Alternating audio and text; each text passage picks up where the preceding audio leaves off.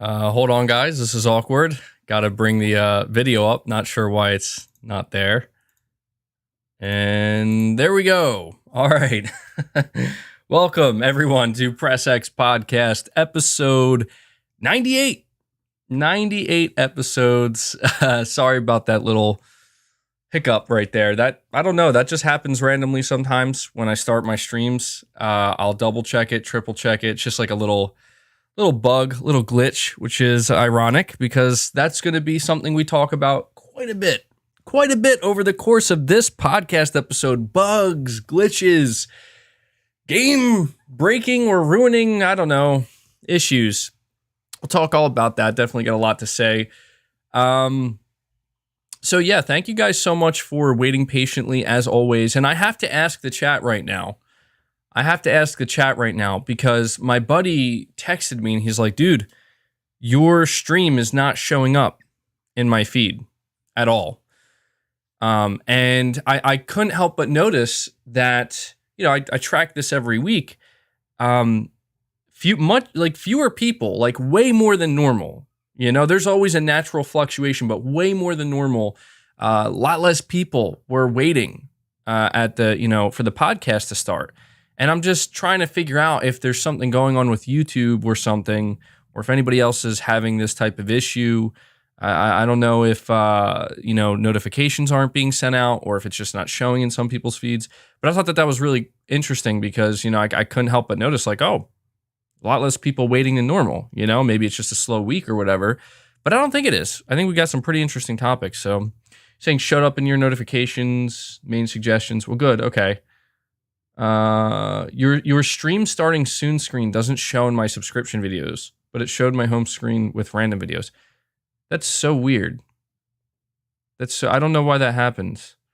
Is that a Tekken or Street Fighter t-shirt? It's a Tekken. It's Street Fighter. I don't know why I said it's Tekken. It's Street Fighter, which is fitting because that's actually something we're going to talk about today. Notifications and sub feed for you. You got a notification. All right. I mean, yeah, I don't know, man. I don't know. It just seems like YouTube kind of does it, does what it wants and it has a mind of its own. So, thank you for that. Thank you. Thank you for the compliment on the shirt. Well, yeah, I just wanted to ask you guys about that because, I worry about that sometimes. Like, I like to get as many people in as I possibly can, obviously. And, the reason why it's stressful as a content creator is because you always have to ask yourself, like, is it me? Is it something with the title? Is it the thumbnail? Is it just something not appealing enough? Can I improve it? Versus, is it YouTube just kind of screwing me over here and it's going to, stress me out and get in my head? Everything's actually fine. So either way, though, we have almost 400 people here, which is awesome. So I guess things, must be going pretty good. So do me a big favor, guys. Really quick. MKB4K, you're saying, MBG, did you see that Alex from Digital Foundry said that the accelerated ray tracing patent isn't for PS5? No, I didn't see that, man. I didn't see that. Maybe I'll have to look into that. That's weird. It was filed by Mark Cerny. So I don't know. Maybe that's why it was assumed it was for the PS5. If it's not for the PS5, then maybe it's for, like, I don't know, PlayStation 6? Or did Xbox recruit Mark Cerny? I don't know, man. But yeah, sorry, I'm reading some of the okay, well, you know what? First off here, we have PlayStation Pete. You're saying if Elden Ring was a PlayStation console exclusive, would it still have gotten a 97 on Metacritic, or would it be review bombed? Well, whether or not it would still get a 97, I want to say it probably would, honestly. But when it comes to the user ratings, oh yeah, it would get review bombed by a lot of upset Xbox fans for sure. Just like Horizon did. But yeah, dude, there's definitely a controversy. There's not like a huge one. Well, maybe for PC players, but there's definitely a controversy with Elden Ring that we are going to discuss.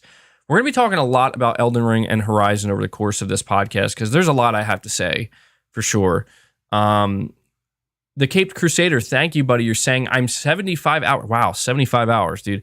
Already, that's crazy. 75 hours into Horizon Forbidden West and only 42% completion. This game is incredible in all I think you meant to say aspects, and they marvel to look at. Fighting/discovering new machines is a blast. Bravo to Gorilla. Yeah, dude, I'm definitely going to talk about my experience with Horizon. I have to admit something, although I don't know if I'm admitting it because I'm pretty sure I've said this like many times in the past. When it comes to new games, but especially open world games, I'm talking like meaty games that you know you're going to be putting a good chunk of time in. I'm always slow to catch on to them. Like every time I start a new game, I always feel just so ridiculously intimidated by it that it doesn't ever really feel like I don't want to say a good experience, but like I know that it hasn't clicked yet. I guess that's the best way to put it. And this goes for any game I play. The same thing is happening to me with Elden Ring right now, where even though I've played every Souls game, I've played Bloodborne, right? And that's exactly what this is. It's open world Dark Souls, essentially. I need to spend a certain amount of time with a game until it just clicks. And when it clicks, man. Like when it clicks, it's like, now I feel it. Now I'm right where I need to be with this game. And I don't know why that is.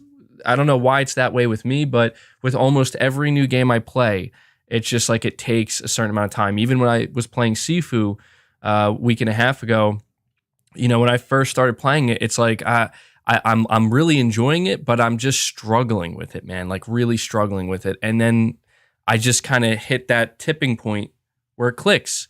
And when that happens, man, it's like the entire experience just changes. I don't know. It's like I'm seeing everything like everything looks gray, right? Like everything looks gray and I'm processing it as gray. And then once the switch flips, now I can see all the colors. I don't know if that's a good like way to explain it or not. And I don't know if anybody listening to this has that same experience, but that's pretty much how it is for me. And, you're talking about being 75 hours into Horizon Forbidden West, dude. I don't know how many hours I'm into it. I think I'm like close to 20 or 25, but I have a good chunk of time. And I just recently hit that point that I just described where I tipped over the edge, you know, where it's like now I'm feeling it. I'm feeling it exactly the way I was hoping I would. And yeah, I'm also playing Elden Ring, and I just got to the first boss, Margit, and oh my god, I am getting my ass completely handed to me, man. Even trying to summon people in to help me. Even summoning people in to help me, I'm still getting my ass handed to me. So, Big Norman 0518, a member for 21 months. Play has no limits. Thank you so much, man. You're saying MBG, hope you and your family are doing well. Well, thank you so much for that, man. We are doing well. We are doing well. Thank you for the well wishes. And Big Norman 0518 again. You're saying loving Horizon, might start on Elden Ring today if I can bring myself to take a break from Horizon. Yeah, dude, it's tough, man. It's just as tough as I thought it would be to balance these two games out. I will say though, getting completely crushed in Elden Ring does make it a little bit easier to kind of go to Horizon, you know, where it's like, okay, I just like died 7 times in a row. Maybe I'll put this game down for a little bit and go chill out in Horizon. Chris B, you're saying seeing the Matrix. I'm assuming you're talking about the new Matrix that came out. Yeah, I don't know, man. The movie was not what I thought it was going to be, unfortunately. KD, what's going on, man? You're saying if Horizon Forbidden West didn't have a quest log equals 99 on Metacritic. Yeah, dude, there's some silly stuff going on. Oh, there's some silly stuff going on all over the world, some serious stuff. I do want to say, one of the things we're going to be talking about over the course of this podcast episode is we're going to be talking about the big PlayStation event because, guys, I'm feeling it. I know at this point I am pretty much like a clown. I know it's pretty much, oh, here we go, MBG every month. He's feeling the big PlayStation event. But, guys, no, I'm really feeling it this time. Like, I'm really thinking March is it. But, we do have to also keep in mind we do have to keep in mind that, I see JDTV lighting up clown, MBG clown costume. We have to keep in mind that there's some crazy stuff going on in the world right now, unfortunately. And I feel like it's hard. Like, I don't know if I'm the only one.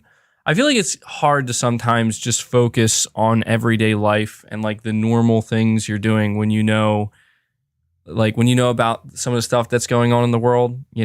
It's definitely disturbing, and you can't help but kind of feel for people right now and what they're going through, and just crazy stuff, man. Crazy stuff. But, my hope is that this podcast, similar to my videos, can, maybe help people kind of unplug a little bit, I guess, if that makes sense. Or distract. I guess unplug isn't the right word because you're technically still plugged in, but, just kind of maybe distract you a little bit. So, JDTV, you're saying, what are you enjoying the most about Horizon? The story? Well, I just got to a part in Horizon where the story just got way more interesting to me. You're saying check Roberto Serrano's tweet about Project Spartacus. I think I saw that tweet where he basically said that it is getting announced next month. But yeah, I got to tell you, I just hit this part in Horizon where my interest in the story just skyrocketed. And I was kind of waiting for that because, I'm getting a feel for the world again, getting a feel for the combat, doing side quests, just a lot of dialogue, and just kind of trying to get immersed into it. But after this part that I just got to, I'm like, okay, now I'm really on the hook now. So, yeah. But the aspect I'm enjoying, I guess at this point, yeah, it is the story. But other than that, one of the aspects I've really been enjoying is just kind of, similar to the way I played Ghost of Tsushima, where the world's just so cool to look at. It feels so real, I guess, in a way, and alive, that it's just nice to kind of roam around and soak it all in. But yeah, I think that right now the story is really what's doing it for me, and the graphics. And for those wondering, I'll just let you know now, absolutely, I've been playing Horizon Forbidden West in the resolution mode. Absolutely. And I'm totally fine with it now at this point. And the game looks amazing. My eyes are completely adjusted to 30 frames. I'm actually even playing Elden Ring in the quality mode. I know it sounds crazy, guys. I went from being a 60 FPS snob. Now I've reverted back. Probably due to these games being cross-gen. I know, it's madness. It is madness, dude. I don't know. I've switched back to the 60 FPS modes quite a few different times, and I keep going back to the quality or resolution modes. And I don't know. Maybe my brain's broken. Maybe there's something wrong with me. I don't know. But I've been enjoying it. And I'm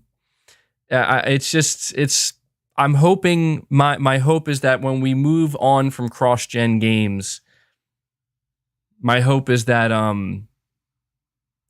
we won't really have to keep, choosing between, resolution modes. And although I will say something that's similar between Elden Ring and Horizon is they are both open world games, and maybe that's why there have to be so many compromises. But you're saying, sure, something wrong with you.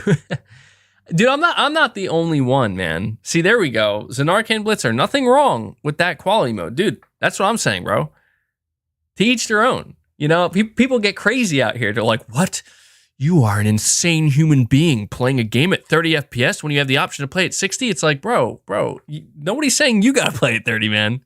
Nobody's saying you gotta play at 30. You do your thing. You enjoy that 60 FPS. But anyway, no, I know you're kidding. Don't worry. I'm not taking any of that seriously. I know. All right, let me see here. So do me a favor, guys. We have almost 700 people here watching. If you want to help this podcast out and you want YouTube's algorithm to potentially pick this podcast up and put it in front of more people that are not, that maybe don't even realize this podcast exists or that this community exists, and you want to grow this community here, be sure to hit that like button. It's the easiest thing you can do. Obviously, a huge thank you for just watching my content. If you want to go the extra mile, though, and you want to go above and beyond to help support the channel, the two ways you can do that is by becoming a channel member. Big shout out to all of my channel members for supporting me on a monthly basis. As I always say, you guys are the backbone of the channel. And you can also donate super chats like some generous individuals already have. This is what helps support the channel. It helps, keep everything running smoothly. And, you can feel good if you really do enjoy the content and enjoy what I do here, knowing that you are helping support that directly. So, thank you. I see Zedhead is saying, I'm not kidding. Playing a Souls game on resolution mode is straight blasphemous. Dude, I mean, hey man. Blasphemous? Yeah, it sounds like me, man. Sounds like MBG. All right. Black Manta 1989, member for 15 months. Play has no limits. Thank you so much, buddy. You're saying Friday's going to be a great day, MBG. GT7 and the new Batman movie. Perfect time for a vacation day. LL, yeah, dude. That does sound like a pretty potent combo there. Excuse me. Yeah, man. I forgot, dude. I kind of forgot that GT7 is coming out that soon, and Batman too. I got to go see that. Yeah, it's gonna be a good day, man. It's gonna be a good day. The Caped Crusader, you're saying not buying Elden Ring because it's not my kind of game, but MBG, since you have both, which game has honestly been better so far? Horizon Forbidden West or Elden Ring? It's a great question, man. It's a great question, and it's so tough. It's so tough because the thing that's kind of unfair here with what I'm about to say, and I guess it's just something you have to keep in mind, is I have a lot more time racked up in Horizon Forbidden West right now than I do Elden Ring, like a lot more time. Let me see. I really got to think about this, man, because like the thing about Elden Ring that I want to explain to everybody is, well, first of all, a little bit of context. I'm gonna move back here so you can see. I got this frame. This is Dark Souls. Dark Souls frame. The reason for that, the Dark Souls games as well as Bloodborne are some of my favorite games of all time. Like they are up there at like the number one spot next to Metal Gear Solid. So you have to understand that like Elden Ring for me is definitely a special game. And I know that a lot of people are just going to assume that, oh, well, because I'm a PlayStation fan and I run a PlayStation-centric YouTube channel, that I'm just automatically going to say, no, Horizon's my game. The reality is Elden Ring, for the little time that I put into it so far, and for context, again, I think I put about 6 hours into Elden Ring so far, to whereas I have like 20 to 25 hours in Horizon. Elden Ring, as of right now, is incredible to me because it's literally, it is literally exactly what I hoped it would be and wanted it to be. And that's important to understand because I did not realize for the longest time with Elden Ring, Elden Ring for me was a game where I was like, yeah, I'm definitely interested in it. It's from Software. But when I saw the first gameplay demonstration of Elden Ring, and it like hit me like, dude, this is open world Dark Souls, bro. Like, that's what this is. I was like, holy shit. Like, they're actually doing this. I thought it was going to be like a very different game than what it actually is. And so for me, it feels awesome to kind of, experience Elden Ring and have that feeling of like, and I don't know how often this happens for you, but it's very rare for me where I ever play a game where it is, and I mean exactly how I pictured it in my head is what is in front of me. That very rarely happens. Metal Gear Solid 4 is actually a really good example of a game where I like my expectations for that in my head were so unbelievably high. They were so unbelievably high. I thought that there was no way it was going to meet it, and it did. Like, it was exactly what I wanted it to be, and I was like, holy shit. And I'm not saying any of this to make it sound like it like stomps Horizon or anything like that, because it doesn't. Horizon it's a whole different flavor, right? And the thing is, Horizon for me is not like one of my all-time favorite games. And I think you all know that. Like, Horizon is an awesome game and one of the better games I've ever played, right? Has a great open world, the premise, Aloy is a character, the side quests, the machines, the combat, it's all like top tier in my opinion. But it's not, it's not on the same level to me as like the Souls games have been. And so Horizon, honestly, like the past, I'd say 5 hours of Horizon is when it really kind of, like I said, tipped over the edge to me where it's like, okay, this game is really now starting to sink its teeth into me in a more significant way than it was before. And it's really starting to pull me in, and I'm like, okay, I'm just starting to feel it. And I know people are saying two different games. Keep in mind, I'm not comparing them. I'm not comparing these games. They are two different games. They have similarities. I'm just answering the question that was asked by the Caped Crusader, where telling you which one, honestly, that I've been enjoying more. Well, I guess that also comes down to what you consider enjoyable. I will admit, my level of frustration for Elden Ring it's already starting to increase because I'm having trouble with the first boss battle. And I guess this is just kind of where, you have to, it's like I said, it's different flavors. It's different flavors. I told you guys like last week how much I was enjoying Sifu. Now, if you were to ask me, what do you like better, Sifu or Elden Ring? Like, is there even a reason to try to, you know what I mean? It's hard to say, but right now, Elden Ring is a game that is, it's making me feel kind of elated because I'm like, this is literally like a dream game to me. Like, I didn't think this game could actually exist, and yet here it is, and I'm playing it. Horizon Forbidden West is more like, this was an awesome game, Horizon Zero Dawn, one of the better games I've ever played. Now we have a proper sequel to that, and I'm expecting it to kind of elevate the overall experience in pretty much every way, and it's doing that. It is living up to my expectations, but I just can't sit here and honestly say that Horizon Zero Dawn is on the same level as the Dark Souls or the Soulsborne series is in my eyes, So, but here's the thing though, man. Here's the craziest thing about this question that you asked me, the Caped Crusader. The fact that I even have to sit here within a week and answer that question is crazy. You know what I mean? Like, who would have thought that we're going to be getting Horizon Forbidden West and Elden Ring pretty much back to back? That's crazy. Saying, so which one you choosing, MBG? Well, I don't have to make the choice. That's a good, if you were to, I'm not going to answer that question. Which one do you pick, Horizon or Elden Ring? Like, if one has to be, Thanos finger snapped out of existence, I'm not going to answer that because that's not a thing. They both exist. They're both here, and I'm enjoying them both. So you make of that what you will. A and B are saying you should try Margit much later after many level ups. Explore other areas as there are amazing things. The Xbox Series X with VRR plays okay, but hope patches come soon. Patches is definitely going to be in this game, right?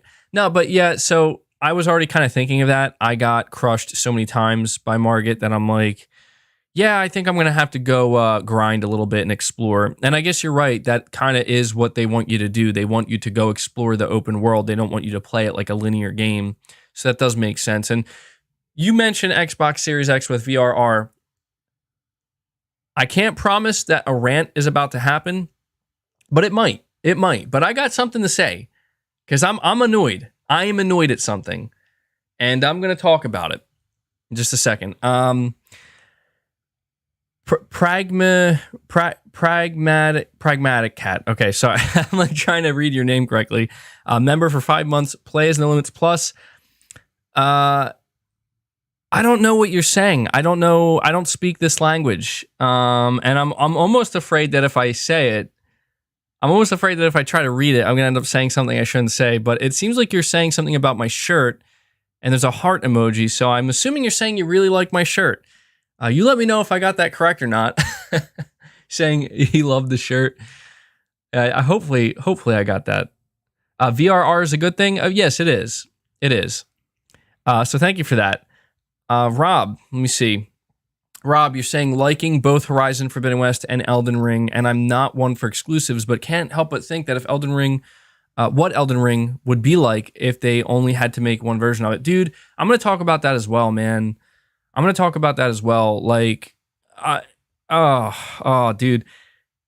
Something that people should keep in mind, like if you want to be angry at Sony for something, you should keep in mind that, and I kid you not, Shuhei Yoshida has talked about this openly. There's actually articles written up about it where he said he hated Demon Souls at first. He literally said, this person says, he said, "I love your shirt" in German. Didn't get it 100% right, though. Okay, all right. Well, thank you for the translation. Thank you. But Shuhei Yoshida literally said that he thought it was like just one of the worst games ever. It was so terrible that he didn't even want Sony to publish the game. And he admitted at the time that he did not see the value in the product that they had in front of them. And he definitely, I'm sure that's a big regret he has. I mean, if you look at Elden Ring, dude, the thought that Elden Ring could have been a PlayStation exclusive underneath PlayStation's studios, oh my God, that probably haunts him. That probably gives him nightmares, bro. So if you ever want to be upset at Sony for something, let it be that. But yeah, dude, I can't help but wonder that as well. Elden Ring, if they only had to make it for one platform, you have to imagine it would probably be more refined than it is. We'll talk about the performance issues and whatnot. Don't worry. I'm going to talk about what I said I might rant about in just a second. Green Owl Gill, you're saying, do you think Horizon games getting somewhat overshadowed twice throughout the series span? Yeah, it's quite unfortunate timing on Guerrilla Games and Sony's part, where it's like, we're going to release Horizon Zero Dawn during the same week that Zelda Breath of the Wild is launching. Okay, all right, well, we'll get them next time. We're going to launch Horizon Forbidden West the same week that Elden Ring launches, and it happens to get a 97 on Metacritic. You know, it's like, they can't catch a break, man. So I think it is getting a little bit overshadowed, unfortunately, but and that's kind of why, you know, I think that's okay, though, because let's be real, I don't think anybody is saying, well, that's a lie. A lot of people, maybe not a lot, but some people are saying Horizon sucks, Horizon's the worst. I mean, these are just, you know, these are just people who I think are trying to tear the game down. And you see it for Elden Ring as well, unfortunately. You see it with all games, really. The Cape Crusader, you're saying, my biggest problem with Elden Ring is that it doesn't look or feel next-gen to me, but Horizon Forbidden West does. Yeah, I'm experiencing this too, man, and that's the part that's kind of tough. I mean, it's hard with, I feel like, a game like Elden Ring, because, like, to me, the part that feels next-gen about it, even though it's not next-gen, but it's, like, the only thing that does feel next-gen to me is, like, this is open world.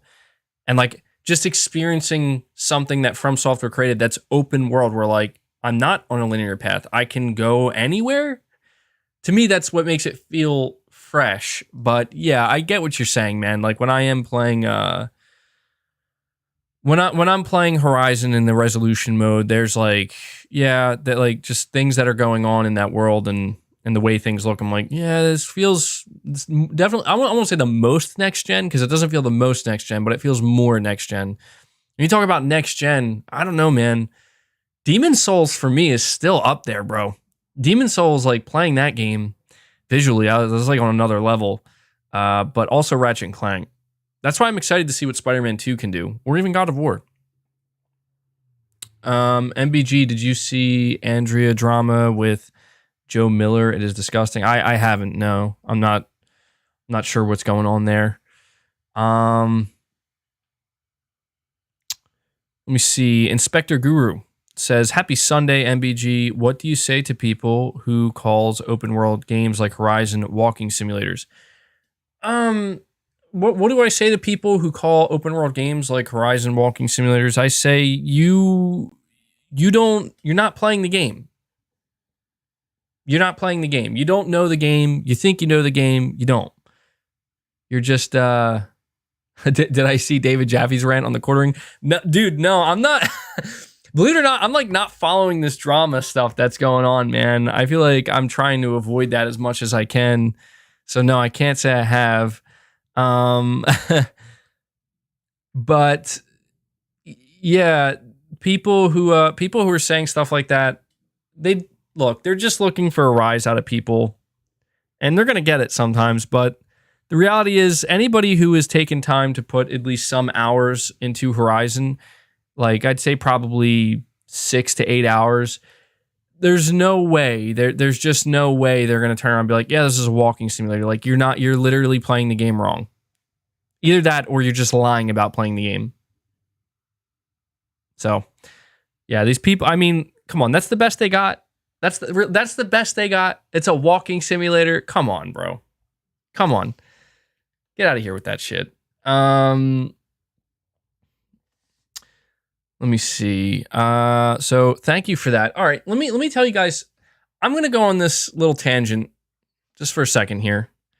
Timothy, you're saying there are fake walls in Elden Ring. Definitely attack some. Are you trolling me? I have to look this up. Because, dude, the amount of messages that I see of people either telling me to attack walls, and I fall for it every time. You're saying, no, it's not a troll? I hope not, dude, because it's a troll. I don't know. Dude, stop. It's already bad enough. That I know there are illusionary walls in the Dark Souls games. I have yet to find one in Elden Ring, but I see messages everywhere. People are like, attack, secret passage, and it leads to nothing. And I'm like, what's going on? I'm gonna have to MBG, are you maidenless? No, I'm not. You're saying people leave messages in the wrong spots all the time, but there are real ones. There are hidden walls. Okay, all right. I'll keep trying. I'll report to you guys next week. Let you know if I finally found any. But there was this one area where they kept putting messages down where you gesture, like you have to do a specific gesture at a door or a wall, and it'll like open. And I kept doing it, and I'm like, I'm getting trolled right now. I'm getting trolled hardcore right now. AV Parish says there's definitely illusionary walls. See, I don't like that, man. I don't like you saying that, AV, because I feel like you're doubling down on this. I'm like, you're donating $5 to me just to make sure that I know there's illusionary walls. That sounds like a troll, bro. I think you're all in on it. I think you're all trying to troll me. That's what I think. But I'll report to you next week. If I come back here next week after putting hours into Elden Ring and still haven't found a single illusionary wall, I'm going to be pissed. All right, let me tell you what I was going to tell you. Okay, so I put out a video yesterday, and one of the topics in my video talked about Digital Foundry's write-up. Okay, Digital Foundry's write-up about performance for Elden Ring on the consoles. All right, let me find this excerpt here.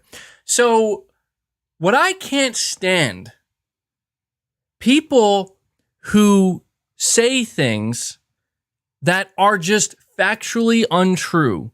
People who do that and then attempt to slander me, my persona here on the internet, MBG, my channel, my audience, everything we do here. They try to slander it. And the reason why I'm particularly pissed off today, because this shit happens all the time. Like, I need to make it clear that this stuff happens all the time and it's to be expected.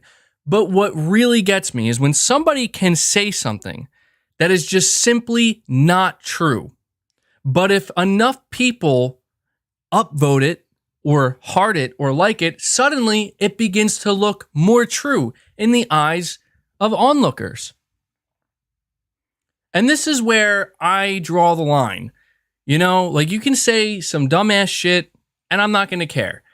You can say some untrue, dumbass shit, and I'm not going to care. But when you say that, and then suddenly a bunch of people are starting to circle around and be like, yeah, that's true. That's when I'm going to fucking step in and be like, no, that's not fucking true. All right? So what am I talking about? It's nothing serious. I don't want to make it sound like this is like real life here. It's not. But in my video yesterday, okay, one of the topics that I discussed, again, was Digital Foundry and the performance on the consoles. And I had to be cognizant of how I was going to word this, because I knew that even just touching this topic, it's going to attract the radical fanboys. And I got to be delicate with it because I don't want to, I don't want to say something misleading or untrue. So let me just to be completely,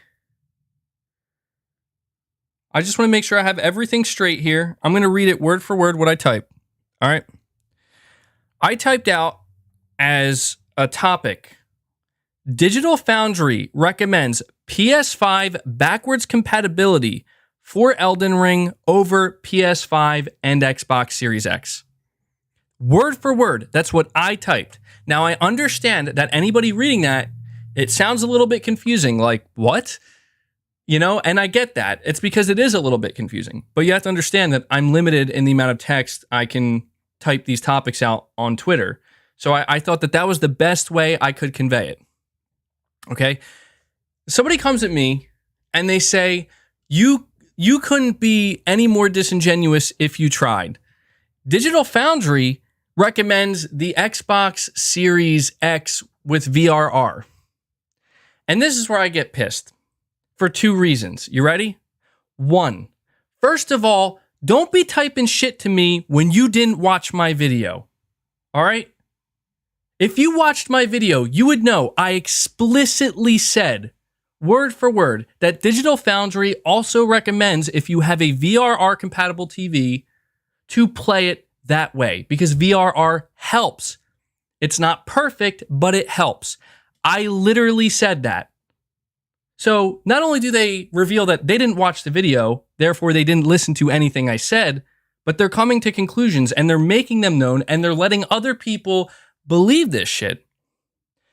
But if you go to the Digital Foundry article itself, the one that I'm referencing, you ready? Here we go. Meanwhile, hitting a stable 60 FPS on PS5 involves another tactic entirely. Sadly, VRR support isn't available on Sony's machine right now, but as with the network test, simply running the PS4 app on PS5 clears up the frame rate to a smooth 60 FPS. The trade-off, the game runs at a lower resolution at what appears to be a reconstructed 1800p and with lower settings and grass density than the native PS5 version. This is fundamentally the PS4 Pro code path, using the higher power of the PS5 to hit a more consistent performance level. Even with these trade-offs, running the PS4 app on PS5 is currently the best option on any console to achieve a consistent 60 FPS and comes recommended if you value outright performance over image quality and higher end graphical features. Word for fucking word, what they wrote in their article. So people who want to come at me and call me disingenuous, get the fuck out. All right? There's nothing disingenuous about anything I said. I'm literally reporting on what's being said. Jesus. Shit really pisses me off, man. Again, it's not the people. It's not the people who say dumb shit, because that happens all the time. It's when other people who are ignorant themselves start to believe it as truth. And they literally try to frame it like I'm the one lying, like I'm the one misleading, and I'm the one bullshitting. They need to get their fucking facts straight, bro. For real. Shit's ridiculous. You're saying it's disingenuous in the fact that you said the best experience was on PlayStation when Digital Foundry didn't say that. Dude, it's all in the context of performance. That's what we're talking about. So that's what people care about. Let's be honest here. What is everybody talking about when it comes to Elden Ring? Performance. People are talking about performance because that's where the issues lie. So therefore, when people ask, what's the best version? They're naturally, inherently asking the best version when it comes to which version's performing the best. And some dude even said to me, they're like, yeah, man, like, he didn't even say the PS4 version. He said the PS5 backwards compatibility version. Like, yes, because that's what it fucking is. Like, are you kidding me, dude? If I were to come out and say the PS4 version, do you know how many people are going to actually interpret that as, so me playing the PS4 version on my PS4 is the best performing version? No. Therefore, it's being called PS5 BC. I guess suddenly they just don't know what BC means. And here's the tipping point with all of this. You ready? The tipping point with all of this is all these people get so fucking upset because they think that I'm out here trying to pump up the PS5 by lying. I'm not pumping up anything, dude. I literally said in my video that VRR is another great option that the Xbox Series X offers. Bro, I can't, man. I can't. It's unbelievable, dude. It's unbelievable. So, Pragmatic Cat says, hallelujah. Severin Evans. Perfect timing, brother. You're saying, I have Elden Ring on PC and it performs fine. Stutters from time to time in dungeons mostly, or entering the open world from dungeons, etc. Great game though, but 60 plus FPS most of the time. Not all, but most. Bro, what? Why are you typing hashtag stand with Russia? No. Get the fuck out. Get out. Like, what are you doing? That's you bring up. Yeah, I know, dude. I know. Your subscribers are argumentative. I mean, yeah, everybody on the internet's argumentative, and it's understandable. MBG, aren't you Russian? I'm not Russian, no. You're saying ACG changed his mind from buy to wait to sell. Well, dude, Severin Evans, you're mentioning PC performance.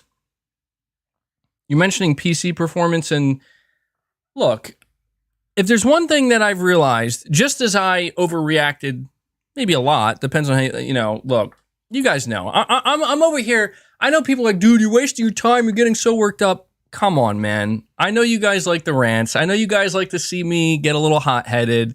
And, I lean into that a little bit. But the reality is, you're saying Russia isn't to blame, it's Putin. You're right. You know what? You're right. I want to make that clear. It's not all of Russia. It's not all the Russian people. It is Putin. So I want to make that clear. Because you know what? There are a lot of good Russian people, man. A lot of good Russian people who are literally over here just like us being like, bro, what the fuck? So want to make that clear, because I know that I probably have Russian viewers and a Russian audience. And if I had to assume, most of them are probably shaking their heads, man. So just want to make that clear, because that's not fair. I don't want to group everybody together like that just because one person wants to lose their mind. All right. Almost 2,000 Russian people have been arrested for protesting. Yeah, that's crazy, dude. I know. I'm not getting into politics or anything. I realized that, like, I just want to say, I realized that person typing that may have been perceived the wrong way on my part. So that's all. Josh, you're saying hard time enjoying gaming with the world in this. I guess you mean in this state. Yeah, it is tough, man. It is tough. Like, I normally don't talk about any of this type of stuff, and I actually specifically try to avoid talking about real world things. And I try to keep things consistent as well, because one thing I don't like doing is like picking and choosing. I feel like that's just messed up. Like, it's just better to not even touch anything. But at the same time, it's like, there's just some things going on. It's like, well, yeah, it's just getting crazy. But this is a PlayStation podcast after all, and we're going to keep it PlayStation. And, I just wanted to say, Severin Evans, with your super chat, and we have Pragmatic Cat saying hashtag Ukraine forever with a bunch of heart emojis. But Severin, if there's one thing I've realized this past week, 2 weeks actually, is that people really do. I mean, you have to kind of ask yourself this question. Is it that people blow things out of proportion, or is that, unfortunately, that might be what's necessary for things to change? And I ask this question because, a lot of people were getting on JD TV says hashtag clown army forever. Dude, I swear you'll never let that go. You have to kind of ask yourself, does your personal experience with a game, so like Severin, you're saying that Elden Ring's PC performance has been fine for you. Does that negate the person who has experienced Elden Ring on PC and it was a terrible experience, and them basically saying like, this is the worst thing ever? It's tough. It is tough, because it's like, I've experienced the same thing, man, with both Horizon and Elden Ring. I put multiple hours, especially in Horizon, so many hours into Horizon, and I have had literally the only thing I've had happen was And it hasn't been happening now. It happened more towards the beginning of the game with some slight pop in. People think I'm lying. And I get it. Like, obviously, I'm biased towards PlayStation. Like, I like PlayStation. I don't want PlayStation to be bad. You know? I'm not going to advocate for PlayStation to be bad. But people also think that I'm willing to lie and basically, you know, like, they're over here probably imagining my game's crashing, I'm falling through the world, and I'm having all this shit happening. But I'm out here being like, no, my experience has been fine. No, like, if I had that stuff happening to me, I'd be pissed and I'd be talking about it. And a lot of people show me these video clips, and it's like, yeah, like, there's no denying, and I've acknowledged this, that Horizon, just like pretty much every other open world game that's ever been developed and released, has some issues. But where the problem lies is when people go too far in either direction. Because you get people that are coming out and be like, dude, Horizon is totally unacceptable. It's a broken mess. This is a joke. Sony should have done this. You know, it shouldn't have been released. And then you get other people that are like, Horizon is perfection. There's nothing wrong. And you can't be on either side, because even if you are somebody like myself who has had very, very minimal issues, I can't ignore the fact that people are showing evidence of like, dude, this is what's happening on some people's games, man. Like, there are problems, you know? And it's like, well, damn, yeah, I guess there must be. I'm feeling lucky that that's not happening to me. And a lot of other people are also saying, I'm not having those issues. But it's clear that even if it's just on a case-by-case basis, it's not perfect across the board, you know? And so with that in mind, I just feel like people have to just kind of chill out with this. Because when you have like a cyberpunk situation, that's when, no, don't chill. Like, make it known this is seriously a problem. But when you're talking about stuff like this, or even with Elden Ring, I can't speak too much about, because my understanding with Elden Ring's performance is essentially that it is not very good at all on PC. Like, it's actually really, really bad on PC for most people. And most reviewers who are playing it on PC are saying you should go play it on console. Now, I've been playing it on PS5, and it's been perfectly fine for me. You know, I haven't had any issues. I haven't had anything, you know, go wrong, luckily. So, you know, my experience for both Horizon and Elden Ring has been pretty smooth. Very, very few minimal bugs, stuff, you know, if anything's happening, I'm not even noticing. And I think what bothers me is that, especially with Horizon, and this is a conversation we do have to have. All right, we have to have this conversation. Severin Evans, again, you're saying, I didn't say it negated anyone. I can only speak on my own experience. I can't speak for others than myself. I sympathize, but I can't see what they do. You know what? Yeah, that's my fault, Severin. I didn't mean to make it sound like you were negating them or their you know, experience. I apologize for making it sound that way, because you didn't say that.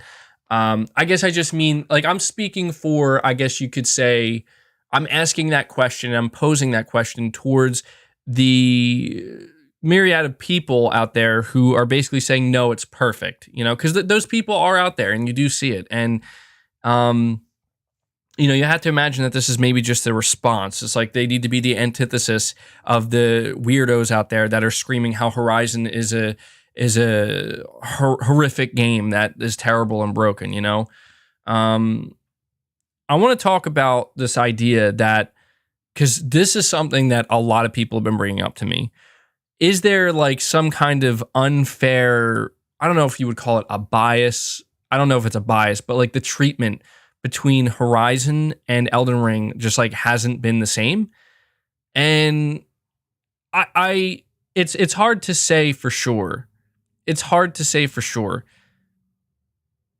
Saying Horizon Forbidden West is more buggy than Cyberpunk? What? Yeah, I don't think so. I don't know about that, dude. I don't know about that. Andrew, you're saying Horizon Forbidden West or Elden Ring? Which has the... That's so fun. Dude, I'm like reading... I should read these in my head before I read them out loud. Which has the bigger triple anus? I'm not here to answer that question, Andrew. I'm not here to answer that question. I'm gonna let you. I'm gonna let you and anybody else come up with your own answer. I'm not answering that. Oh God. I swear, man, always. Okay, so what I'm talking about, the idea that there's like a bias. I put out this tweet and I do want to read it to you guys because I feel like I worded it pretty well. And I got a I got a pretty decent amount of pushback with this tweet. And I kind of understand why. Like with this tweet I put out, there's going to be like Elden Ring defenders and From Software defenders, just like with Horizon, there's going to be Horizon defenders and Sony defenders. But I tried to make it clear what I meant. So I put out this tweet on February 25th, and I said, it's kind of messed up that Horizon pretty much got crushed for having performance issues at launch, and Elden Ring seemingly gets a pass. All I'm saying is there should be more consistency here. Both are awesome open world games, and both launched with some issues. Now, there's a few things I want to say here about my tweet. First of all, maybe I was being a bit hyperbolic myself when I said Horizon got crushed. All right, like look, I'm gonna retract that a little bit because I gotta admit it didn't get crushed. Severin Evans, you're saying I think people just hold PlayStation to higher standards in general, from what I've noticed. Keep in mind, I am a PC gamer, so I have.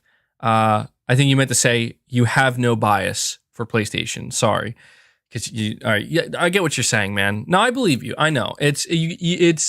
I do have a bit of a bias towards PlayStation. Obviously, it's my preferred platform, and there's going to be a little bit of bias. But I try real hard to just get over that and see things for what they are. And it's easier for me when I see like the people that are basically trying to come at me and tell me that Horizon is horrible and completely broken. They get my attention much more. Well, not my attention, but I just notice that, right? And it's just like it sticks out more than the people who are like, oh no, Horizon's been great. Horizon's been awesome. I guess because that's the expectation for me. Like, yeah, Horizon is awesome.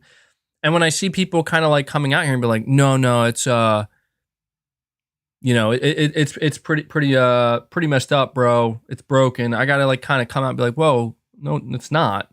It's not. Like, I'm not trying to be like Sony Defender #1. It's not like that. Not like Sony Defense Force, but it's just literally like, dude, it's a good game, and it's real. Like, do not compare it to Cyberpunk at launch. It's not. It has issues, but it's not on that level. It's just not. So with that, getting back to that tweet though, I do want to say that what I take that back.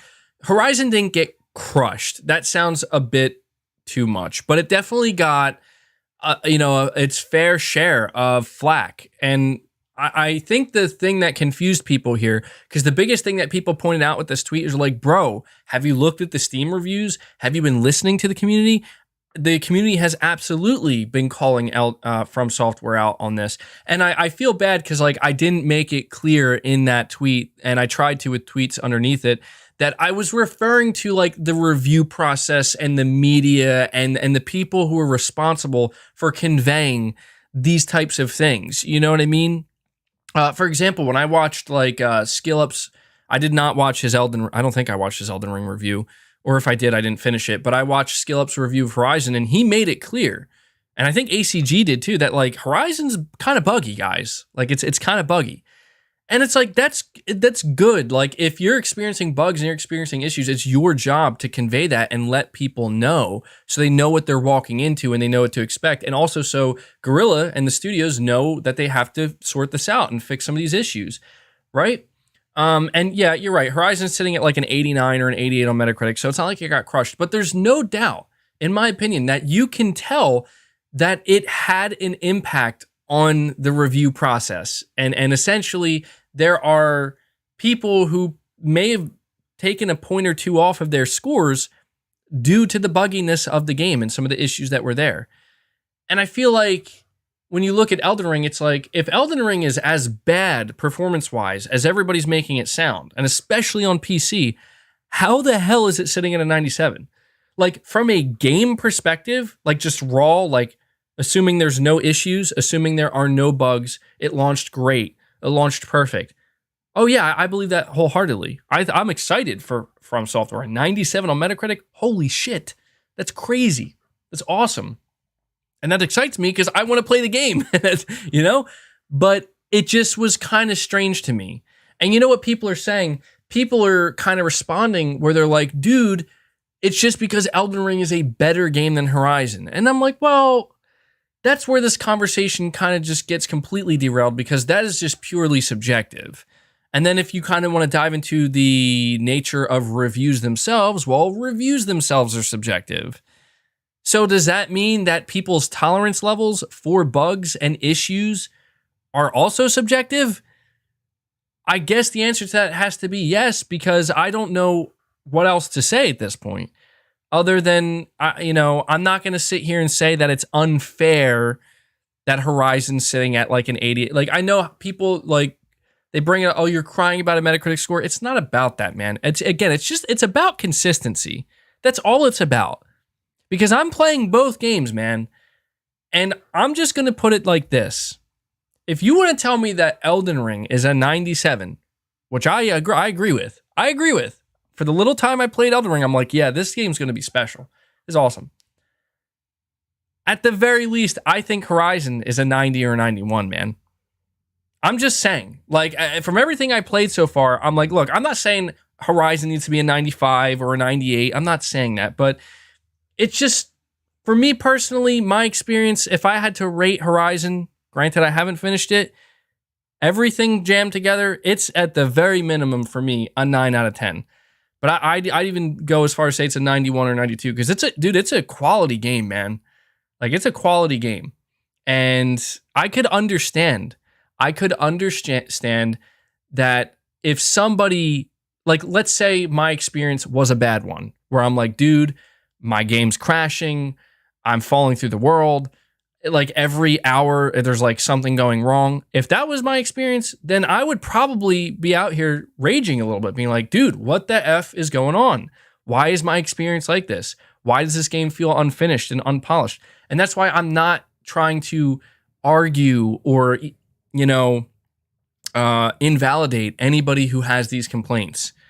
But I can only speak from my own experience. And my own experience as of right now is exactly what I said in that tweet. Because I feel like this is the part that maybe people missed with that tweet. The last part where I said, all I'm saying is there should be more consistency here. Both are awesome open world games and both launched with some issues. What I'm trying to say is we should be maybe more forgiving of the issues, where it's like, dude, they're both awesome games, man. Like, I don't want to see Elden Ring get crucified because it maybe launched kind of rough, I don't want to see Horizon get crucified either. Just like I'm going to say it now for all the Xbox dudes. We don't want to see Starfield get crucified if it comes in kind of hot either, right? Because the point is, what is at the core of this experience? I'm not, and I also want to make it known, I'm not trying to be too easy on devs here and publishers. Like, don't rush your game out. I don't care what game it is. I don't care who's making it. Try your best to squash the bugs and limit it, and make sure that your game doesn't launch broken on any platform. I do want to say, though, and I have to be fair here. I have to be fair to the developers. The reality is, because of COVID, because of the pandemic, specifically quality assurance, more than anything, has taken a massive hit in the last year and a half. I think it's just now starting to kind of get back to normal.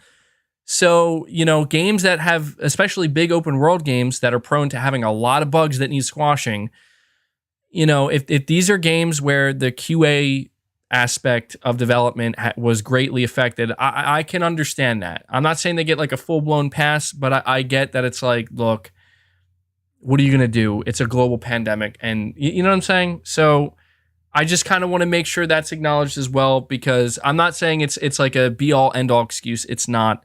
But when I look at Elden Ring, when I look at Horizon, these are two massive open world games, AAA games at that were developed in the middle of a pandemic. And if like the worst thing we get out of that is, well, we're gonna have to release it a little bit hotter than we wanted, then fine, So you're saying no, stop, MBG. Well, that's the thing, JDTV. You have to understand that excuse can only be used for so long. Games that are coming out later this year, or maybe not later this year, but games that come out in the future, they're not going to be able to continue using that excuse. You're saying this whole pandemic stuff is too much of an excuse.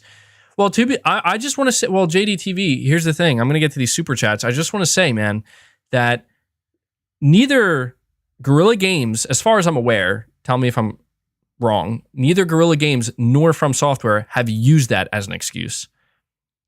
You know what I'm saying? I see some people asking if I'm going to talk about the other topics. I am. Don't worry. Josh Schrank says, you are pretty suspect with the event news. Spill it. Yeah, dude, I was told by my guy, my source. He's like, bro, let me tell you. He works directly at Sony. He uses some kind of code name. The name is like Tori Sarlag or something. And I'm like, whatever, dude. He says he works at Sony and he's contacting me. He's like, bro, wait till you see what Sony's dropping next month. Wait till you see people's heads are going to explode. Your dreams are going to come true. Blue Box, Hassan, Silent Hill, Kojima, Metal Gear Solid, God of War, SOCOM, Twisted Metal, Sly Cooper, Infamous. It's all happening, bro. No, this is this is not real. This is not real. Guys, I'm joking. Come on, man. Come on. In my head, it feels real. In my head, it's real. In my head, it's definitely real, though.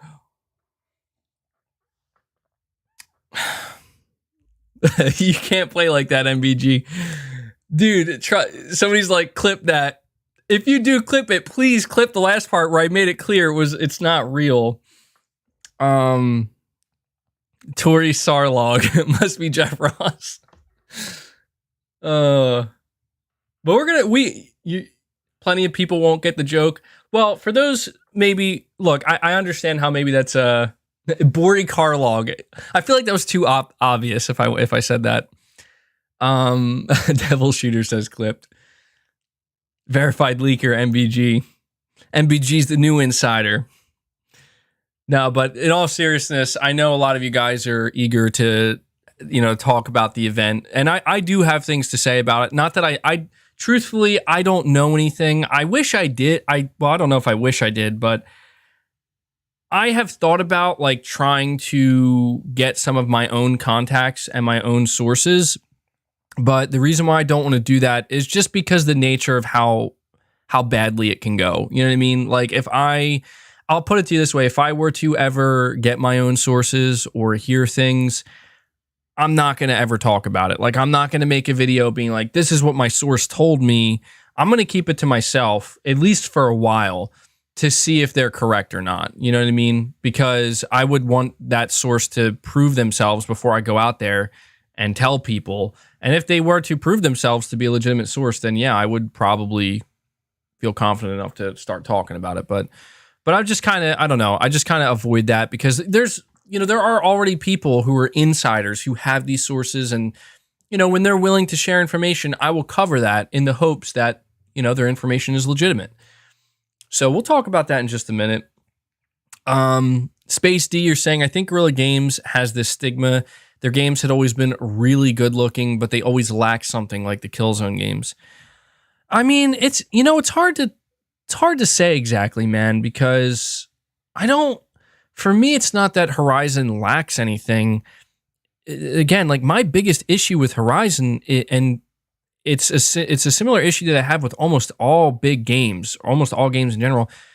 When I first get into games, like it just doesn't click with me, man. Like everything feels so wonky and weird, and I'm like, why doesn't this feel the way I thought it would? And it's just a matter of like adjusting, I guess, So I don't know that Guerrilla Games is necessarily lacking something, but you do have to wonder. Like, why does a game series like Halo take off the way it did, but Killzone never did? I think Horizon did take off. A lot of people are kind of feeling, I think, down on it because they're like, it seems that Horizon maybe isn't selling as well. It isn't You're saying there's a lot of forced exposition in Horizon? Yeah, I guess there is to an extent with a lot of the side stuff, but I kind of expect that with all open world games, you know? Like there's always going to be like, here's a big problem and you need to solve it right now. It's like, but do I? It's like, yes, you're the main character of this game. It's like, oh, okay. You know? I that's like, to me, that's the nature of open world games where it's like you're gonna be doing way more than any normal human being ever would. But you know, the thing about Forbidden West is I'm thinking, guys. Now I want it to be known, Sony has not revealed sales figures for Forbidden West. Now that's kind of telling, in my opinion. That's kind of telling because, first of all, Sony is eager to reveal sales data. If 47, you're saying it's not forced. Well, I guess it's not that it's necessarily forced. I think it's more like you're just taking on the role. Like again, in Horizon, like you're called the savior. You know what I mean? So it's like you're gonna be doing like everything. You're gonna be trying to solve literally everyone's issues and problems. And I think some people perceive that as like, well, this is unrealistic. Well, it's like, yeah, I mean, of course it's unrealistic. You know. Mark One, you're saying they didn't tweet anything on Friday, probably because of current events. Somebody did point that out to me. Actually, where they're like, dude, PlayStation's official Twitter account didn't tweet anything on Friday, which is very abnormal of them. So, you know, I don't know what to make of that, but what was I just talking about? I'm sorry, I just got totally sidetracked. This is the nature of doing live stream podcasts like this. Is I just my brain is always wanting to go from one thing to another. Oh, we were talking about sales. Okay, so I just want to say I don't think the game is a flop, but I just want to say that it is interesting to me that Sony did not reveal sales data for Horizon, mainly because anytime Sony games like break a record or do something really, really good, they are very quick to announce it. And this time, Sony hasn't said anything. It could be because of events or whatever that, you know, but I don't know, man. I really feel that less people are buying Horizon because I'm telling you, man, they're waiting for the PS5. I'm telling you, it's the Miles Morales in full effect. The Miles Morales effect in full effect right now, where, you know, I don't know, man. I think that Horizon is going to, Forbidden West is going to sell very, very, very well. I think it even has the potential to sell better than Zero Dawn, but I think it might take a little bit more time because not only is it launching a little bit earlier into the PS5's life cycle compared to when Zero Dawn was launched in the PS4 life cycle, but because I think it's going to have a tail. I think there are just a lot of people who are waiting, and we'll have to see sales charts. One thing we can look at is with Miles Morales. You're saying, but Miles Morales sold. Absolutely it did. But one thing you saw with Miles Morales that was uncommon is Miles Morales, every time there was like an influx of PS5 consoles, people were buying Miles Morales with it. And that's why you kind of saw Miles Morales kind of top the charts all throughout the year, even at times when it shouldn't have. It's because when people are picking up PS5s, they're picking up Miles Morales with it. And I think Forbidden West is going to have the same thing happen to it, essentially. We'll see, though. I don't know, man. I'm fascinated. I hope we do get sales data just because I'm curious. I'm very curious. Like, the reason why I'm so curious is because, dude, Forbidden West, you know, Horizon is a big title for Sony. So, MBG, Sony's fiscal year ends March 31st. I don't think we'll see much from sales results until sometime in April. Yeah, you know, you mentioned that Sony's fiscal year ending, that's going to play a part in this conversation in a minute. KD, you're saying Horizon reviews were fair. It's a 9 out of 10. Elden Ring reviews are embarrassing. Blind fanboyism and turning an eye to too many things. Solid 8 out of 10 or 8.5 out of 10 at best. It's hard. Again, it's hard for me to say because I have not put as much time to Elden Ring, but I was surprised, man. Like, I'm not going to lie. I was genuinely shocked to see that. I had no doubt that Elden Ring was going to be a success. I had no doubt that Elden Ring was going to be one of the best games of the year. I had no doubt that Elden Ring was going to review extremely well and get like a 90, 91, 92 on Metacritic. But when I saw that it was holding a 97, I was like, what? Like that is incredible. And I can't, I see people saying like Elden Ring is overhyped. I can't agree, man. I cannot agree. As of right now, I can't. When I'm done playing it, I'll report back to you and I'll let you know, as somebody who played all the Souls games, played Bloodborne. I'm telling guys, come on. I'm going to tell you right now. This is no offense. This is no offense to PlayStation fans. This is no offense to Xbox fans. But let's get something straight right now. Come on, guys. Look me in the eye. Look me in the eye and tell me I'm wrong. Well, if Elden Ring was a PlayStation exclusive sitting at a 97 on Metacritic, don't bullshit me now. Don't bullshit me. You're going to tell me it's overhyped? You're going to tell me it's overhyped? Come on. Come on. Come on. Come on now. Beef Jerky says I would. A lot of you guys are saying it. Dude, I don't believe it, man. I don't believe it. Look, I'm not calling everybody out here. I believe many of you who are saying yes, I believe you. Here's my assumption. Those who are saying you would still say it was overhyped, I assume you are individuals who are big PlayStation fans, but also never played Bloodborne or didn't like Bloodborne very much, or Demon's Souls. Am I right? Am I right about that? Because I'm curious. If somebody says like I'm a Souls fanboy, I guess I kind of am, dude.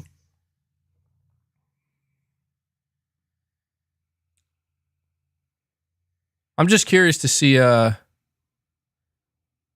spot on. All right.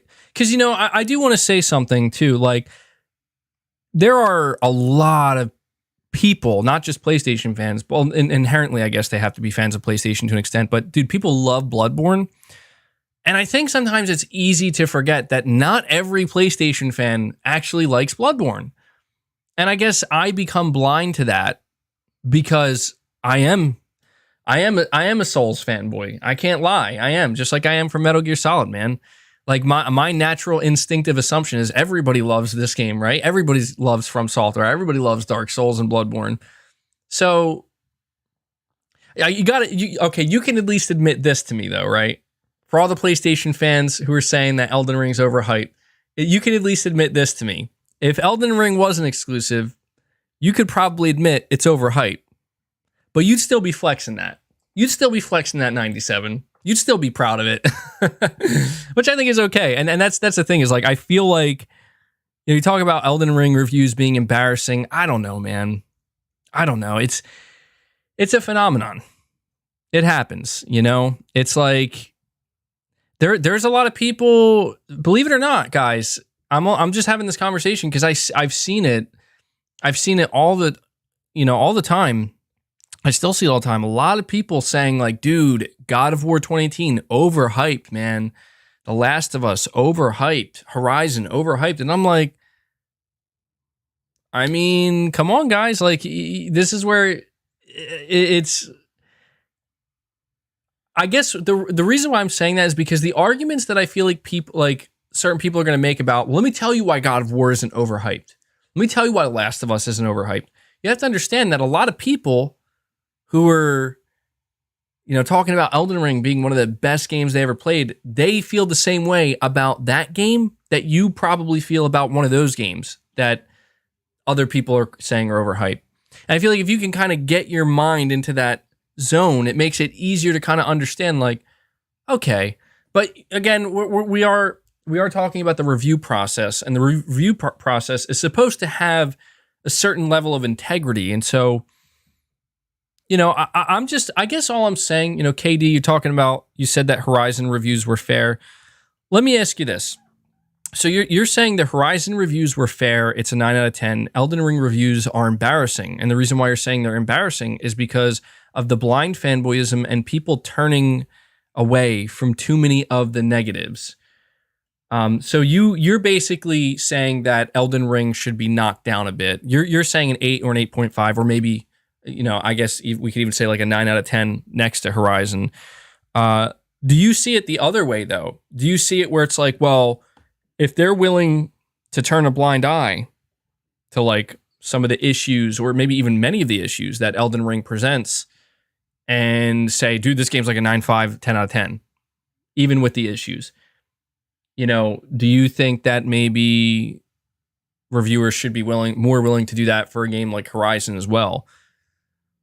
I mean, these are tough conversations to have, only because there's really no winning. There's no actual right answer, you know?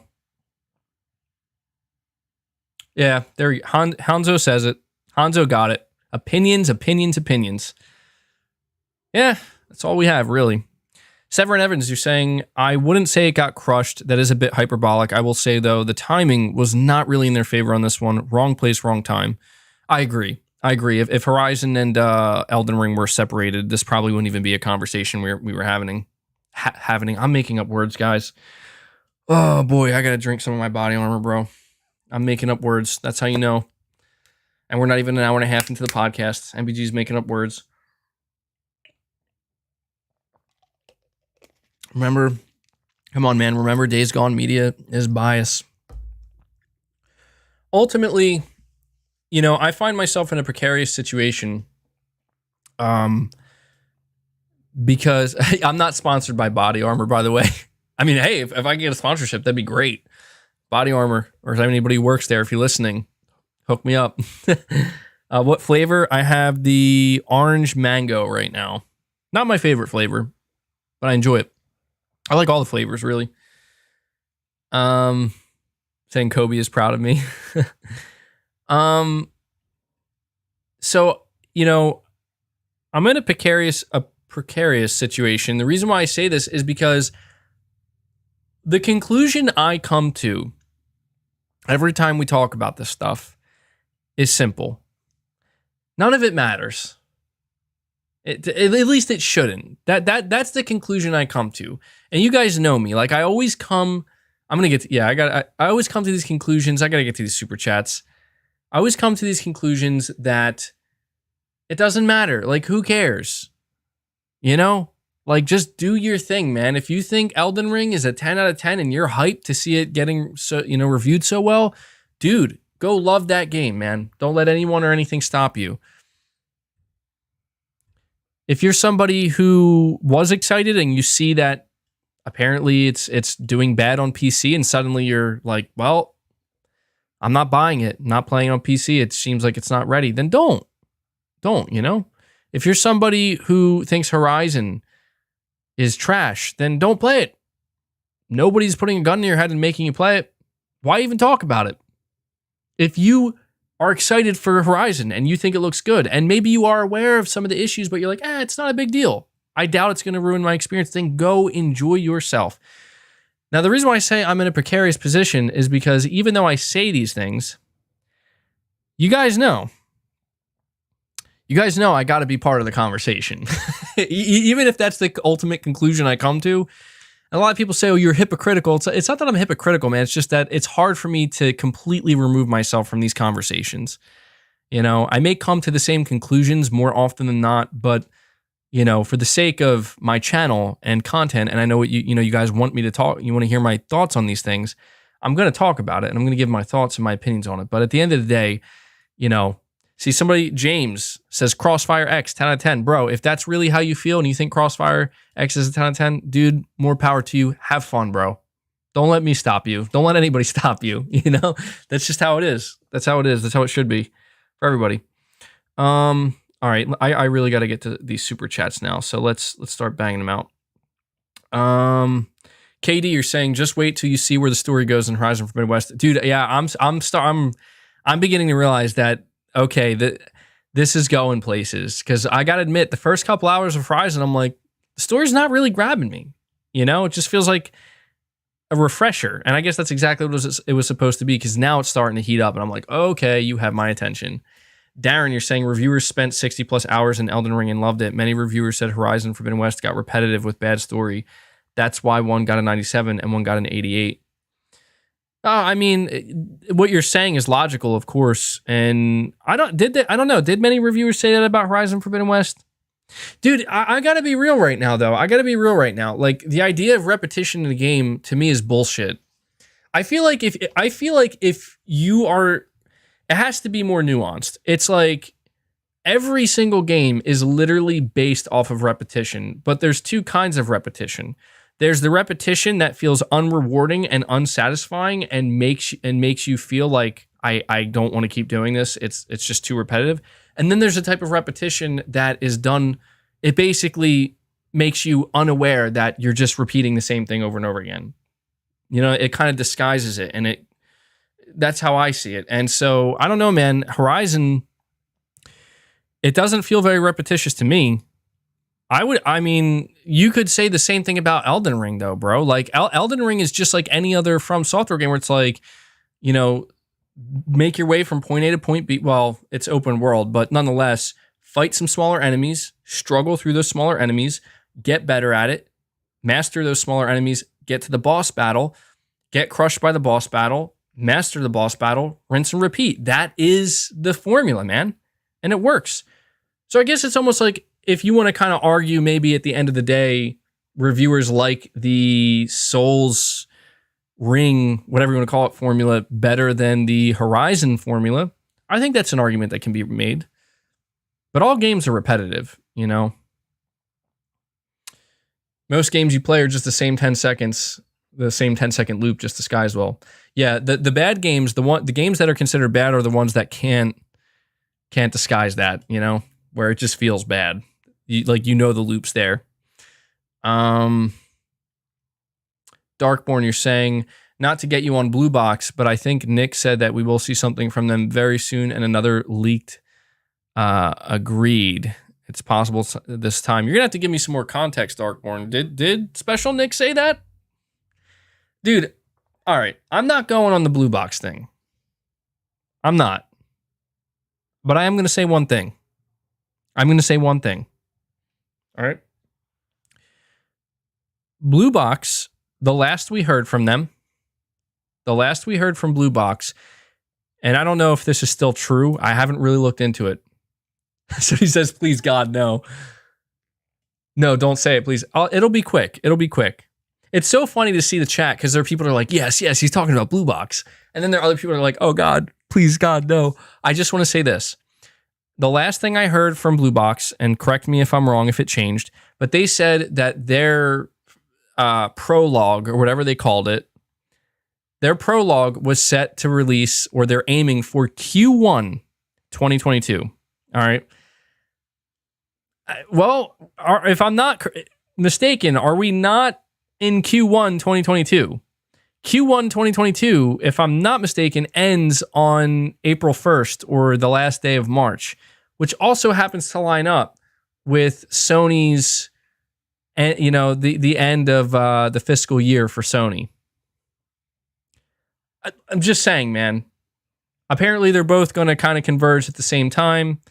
So, you know, if I had to take a guess here, I'm going to say that the abandoned prologue is going to get delayed once again. All right. I think it's safe to say that. But I will just say this, man. I will just say this, and I'm going to move on to the next super chat. I still, deep down, I still believe that there is just something so bizarre and unnerving, literally unnerving about that whole situation that it is just difficult for me to fully 100% say there isn't anything there. I'm not saying there is something of significance, but there's something fucking weird with that entire situation, bro. And that's it. That's all I have to say. So, anyway, thank you for that, Darkborn. Kevin, you're saying, my bet is the Miles Morales issue. People just waiting for their PS5. Yeah, that's what I'm saying, dude. When it comes to Horizon, that's exactly what I'm saying. By the way, guys, we have almost 950 people here watching. Do me a big favor, if you could. Please hit that like button for me. We're almost at 450 likes. I think we could easily get to 500 likes if everybody chips in. Blue Box just tweeted LOL. Yeah, of course. But yeah, dude, Kevin, I think you're I think you're correct. I think we're seeing the Miles Morales effect with Horizon as well, where I think it's already selling very well, but it's going to sell even better over time as more people acquire PS5s. Because whether anybody knows it or not, the PS5 shortage is still very real right now, and it's going to stay that way probably until the end of the year. Depending, maybe even longer than that. So, let me see. Josh, you're saying God of War will get crushed because of the internet babies. Meanwhile, it's a sequel to an amazing reboot. People need to understand that, because I don't know what they expect. There is something behind what you're saying, Josh, truly, because one of the things I remember when we saw the first gameplay trailer for God of War Ragnarok is people were like getting upset. They're like, why does this look so similar? Like, why do the graphics look like the same, even though they don't? You could definitely see an improvement, but they're like, why does it look the same? Why is he using the same boat animation or whatever? And I'm just like, you see, this is where I think people don't understand that God of War Ragnarok will not be able to achieve the same level of hype. This is just reality, people. It will not reach the same level of hype as God of War 2018 did, because God of War 2018 was out of left field, bro. God of War 2018 was a complete reboot that no one saw coming. God of War Ragnarok is the follow-up to that, so people have a very good idea of already what to expect. It doesn't mean it's going to be any less of a game. It just means that people, like, there are unfortunately going to be people who are like, been there, done that. It's like, okay. You know what I mean? It's like, guys, this is called a sequel. Like, this is how these things work. Just kind of like how I saw with Horizon Forbidden West. There wasn't a whole lot of conversation about it, but there were some people who were like, well, it just feels like Horizon Zero Dawn. It's like, it's a sequel where the main goal is to improve upon what's already there, to refine what's already there. They're not trying to reinvent the formula. They're not trying to reinvent the wheel here, So I just think people need to kind of, this is why I know that this is a random game to bring up, and I feel like we do bring it up each week, and more people are talking about it now. I'm interested to see Starfield, bro, because here's the thing about Starfield.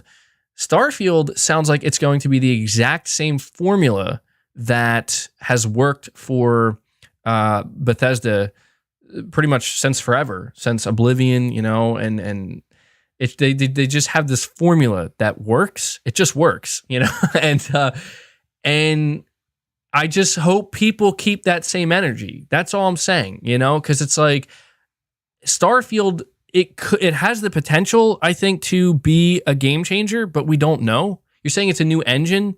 True. And I think that, like, depending on how much they can do with that engine, it'll, I'm gonna have to see it, of course, but I'm just saying that I think the general expectation is that Starfield is just going to do what Bethesda does best. Like, it's just going to be what Bethesda does best, except it's going to be in space now.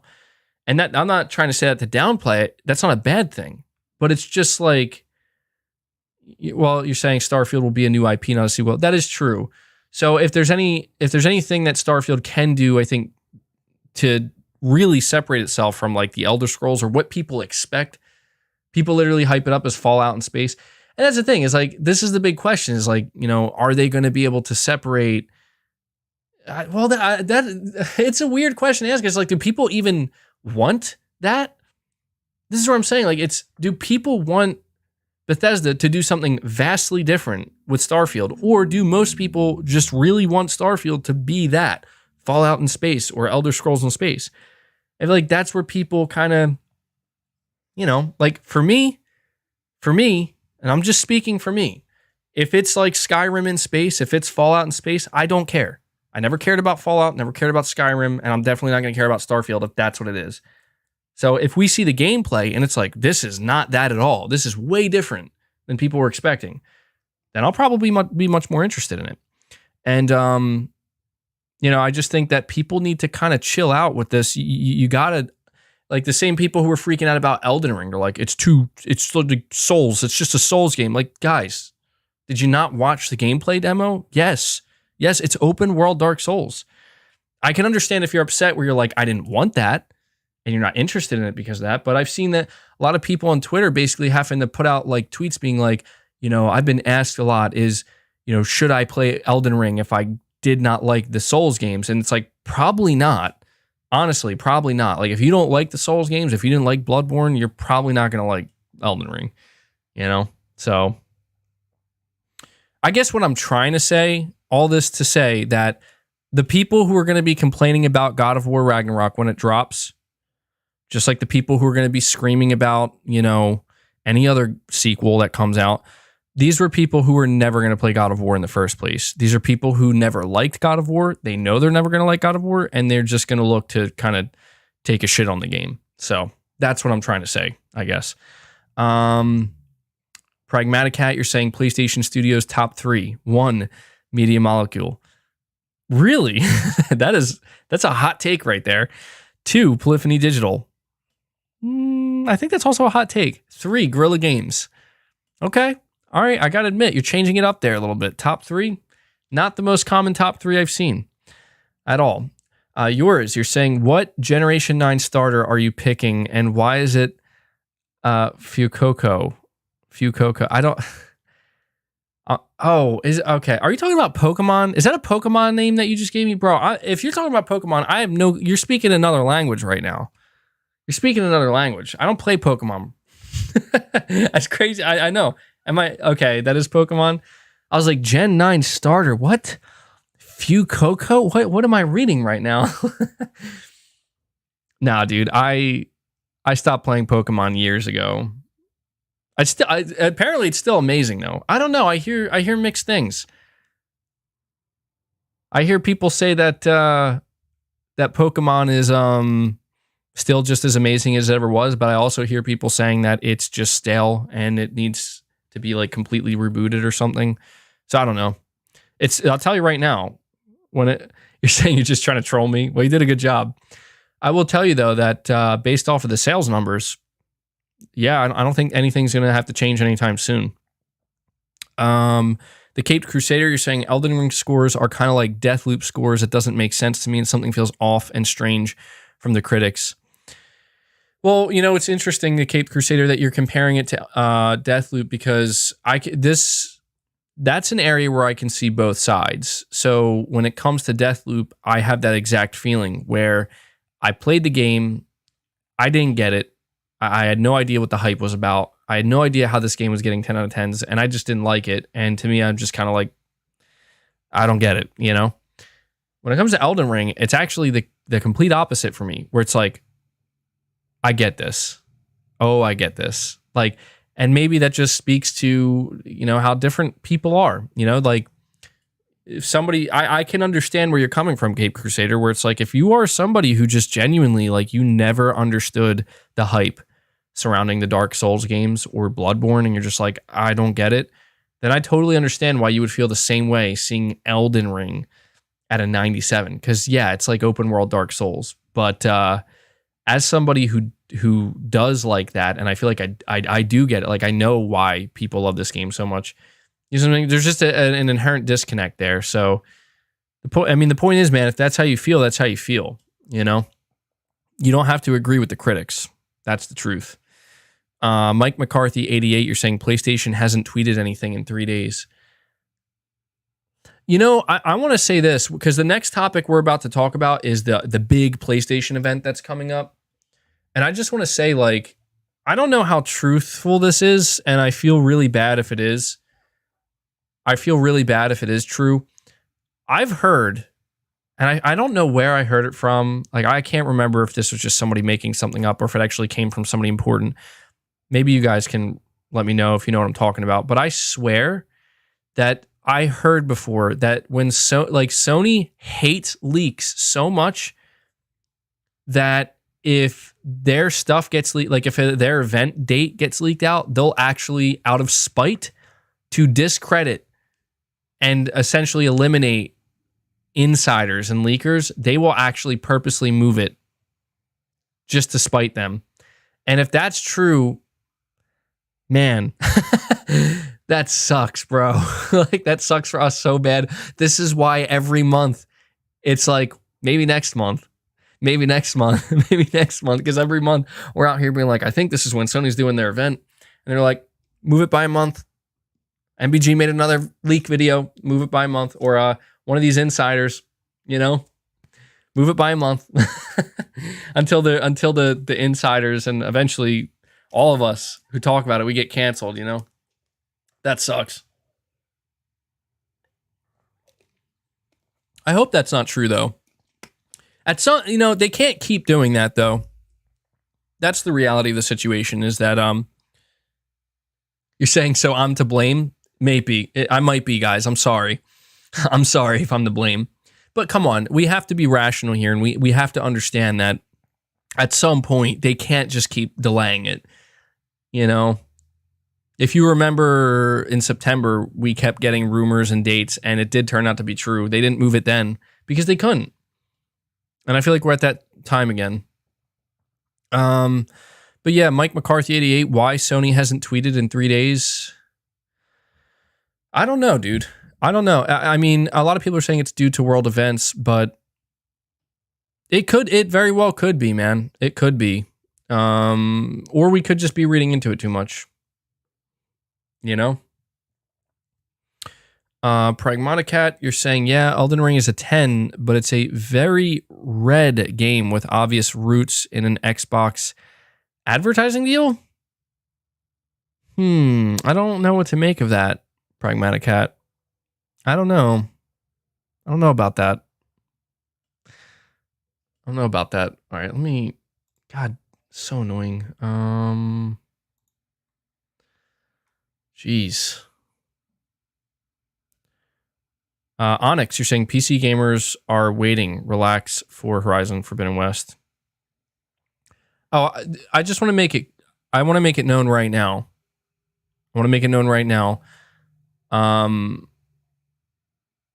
Absolutely.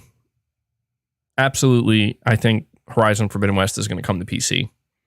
I don't know when. I wouldn't be surprised if it was by the end of this year. I'm just saying. When it comes to PlayStation and how they operate with PC anymore, I expect anything. So I just want to make it known that I fully expect Horizon Forbidden West will go to PC, and I want people to keep in mind that when Sony celebrated the 20 million sales unit for Horizon Zero Dawn, they also flexed the fact, well, they didn't flex it, but they made it clear, and they wanted to make it abundantly known that PC was part of that. And without those PC sales, honestly, it probably wouldn't have made it to that 20 million. Probably would have been at like 17 or something, or 18. So there's no doubt in my mind that Horizon Forbidden West will come to PC, and I just think that's how it's going to go. I want to make it clear, because you know how people are going to react. If Sony does bring Horizon Forbidden West to PC, I do not think that means they are doing day and date. At least not yet. If they're going to do day and date, I think it's going to come later on, not so soon. And I'm also not convinced fully anyway that Sony would ever do day and date with PC. Pyrrhic Victory, you're saying, in your opinion, which is more graphically impressive, Demon's Souls Remake or Elden Ring? Well, to be honest, man, that's a really easy answer, and that's Demon's Souls Remake. And I think that it's how it should be, because Demon's Souls Remake was made to take advantage specifically of the PS5 hardware. And since it's a remake, the main focus of the game is how can we push the graphical detail? How can we push the limits of how good can we make this game look? Elden Ring is not about that. Elden Ring is not about being the best looking game. Demon's Souls is not open world. It's nowhere near as big or ambitious as Elden Ring. And so because of that, there's just going to be a lot more room for them to just kind of take advantage of the horsepower to push the graphical fidelity. With that being said, I will say that Elden Ring is still an impressive looking game in my opinion. It's not the best by any means, but just from an art style, Elden Ring is a game that reminds me that it's not just about graphical fidelity. It's not just about the bells and whistles. it really is about like art style over everything, because the Elden Ring's art style is very good, very impressive. I like it a lot. Josh, you're saying if it wasn't for a PS Plus free game of the month, I wouldn't have played a Souls game in Bloodborne. Now I like them. Can't start Elden Ring till after Horizon Forbidden West. Yeah, I mean, I can understand why a lot of people are very hesitant to try out these games, because they are extremely intimidating. The difficulty level is definitely high, and it takes time. And there are just some people who are not going to be able to tolerate that. But I always tell people that, you know, when it comes to Dark Souls, Bloodborne, even if it takes a while, just like I say with myself, when it clicks, man. When you get it, you get it. And Josh, again, you're saying, bless you, MBG. FXbox. Yes, FXbox, buddy. I feel like that's going to be a new slogan here. Thanks to the act, man. Severin Evans, you're saying, I played God of War on my PC. I enjoyed it, and it was a great game to me. The Steam reviews for that game were, and still are, super positive. Is it overhyped? I don't think so. No, I think God of War 2018, man, that is one game that I think almost everybody can agree that it's not overhyped. Because it does a lot of things. Like, God of War, in my opinion, 2018 is a great example of a game that could have been a dumpster fire, just based off of the amount of risk that it took to just completely overhaul the series. And it not just did well on every front. I mean, it absolutely nailed every aspect. Like, it almost seemed like, how is that possible? Like, how did you not mess this up? And how did it turn out almost like perfect? And that's something that's really, really rare. So I don't think God of War was overhyped. And I think that there's a reason why it has such positive reviews on Steam. For sure. Cobra Clutch 3573 says, great channel, bro. Love your content. Thank you so much, man. I really appreciate that. Really appreciate the support. I do my best here. Hank Brewer says, I'm not a true Souls gamer yet. I'm falling in love with Elden Ring. It's the vibe, and it's just beautifully done. Yeah, I agree, man. Like, the one thing I will say about Elden Ring that's very different from the Souls games and from Bloodborne is there truly is a different, not tone, I don't even know if it's atmosphere, but I guess, you call it the vibe. I don't know what to call it exactly, but something about it truly feels distinct from even like Demon Souls, Dark Souls. In the way that Bloodborne felt truly distinct from Dark Souls, I kind of feel the same way about Elden Ring. And I think that they did a good job with that, because, even if it was feeling exactly like Dark Souls, I would have been okay with that. But it does feel distinctly different. Okay, Kapapa, you're saying, in my opinion, Forbidden West is simply the best and most polished open world game so far. NPC animations are groundbreaking. Yeah, dude, a lot of people are saying that about Forbidden West. And I will say the animations are very, very good. Like, especially, when you're navigating and climbing and you're, the animations in the water, like when Aloy falls into the water, when Aloy jumps from a higher, from one ledge to another, and she like barely makes it. The animations are top notch. It is, I will say, the only thing is it's not necessarily animations, but I guess it's just the nature of having just so much different geometry, I guess. I don't know. I'm not a developer, but she gets caught up on things a lot. And it's not like a game breaker or anything like that. It doesn't even ruin the immersion, but it does happen. But the animations are top notch. And for me, the improvements that they made to the facial features and the facial animations and the way characters just look as they're interacting and talking, I mean, night and day difference, man. And it really makes a difference when it comes to like, how much I'm actually like getting into what they're talking about. And they did a really good job with that. But I'm happy to hear that you're really enjoying it, man. Darkborn says, I want Bluepoint to remake Elden Ring right away so it can run better and have those sweet graphics. LOL, it's been fun though, 8 hours in so far. That's the thing, man. That's the thing. I don't know if it's true or not, but we had that rumor that said that Bluepoint Bluepoint is working on Bloodborne 2. And a lot of people were like, no. We can never get a Bloodborne 2 if From Software isn't involved. And I actually agree to an extent, because Bluepoint, you're talking about them remaking Elden Ring. Obviously, that's not going to happen, but you do have to wonder, what if From Software and Bluepoint teamed up? What they could achieve from a graphical level.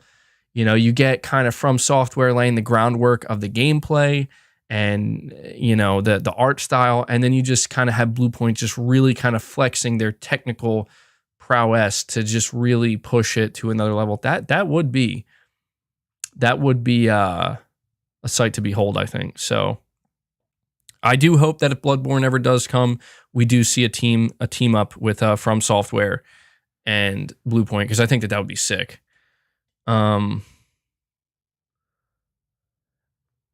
Mario, you're saying, MBG, have you seen Video Game Donkey's review of Horizon? He calls it a mass-appeasing, risk-adverse, and generic open-world game like Marvel movies. I mean, I don't know. I can't speak if he actually said that or not, because I haven't seen his review, but that sounds a little bit much, Like, that sounds... It's like people who try to make it sound like that Marvel movies are bad. Like, they're not... Well, most of them aren't bad. Like, I could understand how it's so mainstream that it almost makes you sick. Like, of course, everybody loves it, but it's like, there's a reason for that. You see what I'm saying? Like, I don't know, dude. I'm playing Horizon, and one of the things that I came across recently, I'm like, maybe it's not the most risky thing, but it's a perfect refinement. It's a perfect addition that makes me realize, wow, this is something that is awesome to me.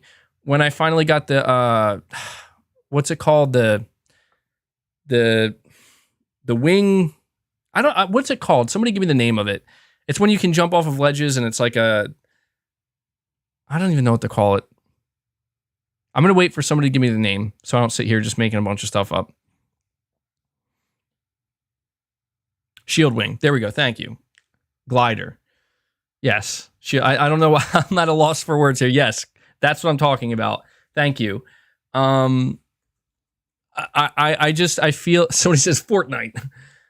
I feel like, when I first got that, and I'm like, holy shit, like, this is a whole new way to navigate this world that wasn't here before. Yes, it may not be the most risky thing in the world. Yes, it may just be what you would call a refinement and an improvement, but again, like, this is where I just don't understand, man. Like, who expected Guerrilla Games to reinvent the formula of what Horizon is with Horizon Forbidden West? You said, like, they did that. They did that with Zero Dawn. It would be like when when Sucker Punch makes Ghost of Tsushima 2, it would be like me expecting that game to be totally different, like just completely divorced of what Ghost of Tsushima 1 is, where it's like, it's a linear game where you're not riding, anytime you ride a horse, it's for like an on-rail section. There's no side quests. There's just a linear game and a linear experience. And some people might like that, but it's like, who would be expecting that? Literally nobody, because that's not how it works. You know what I mean? At that point, they call it a different game entirely. You're saying they revamped God of War in a very good way. Of course they did, but that was after they kind of already, they kind of squeezed everything out of the original formula that they could.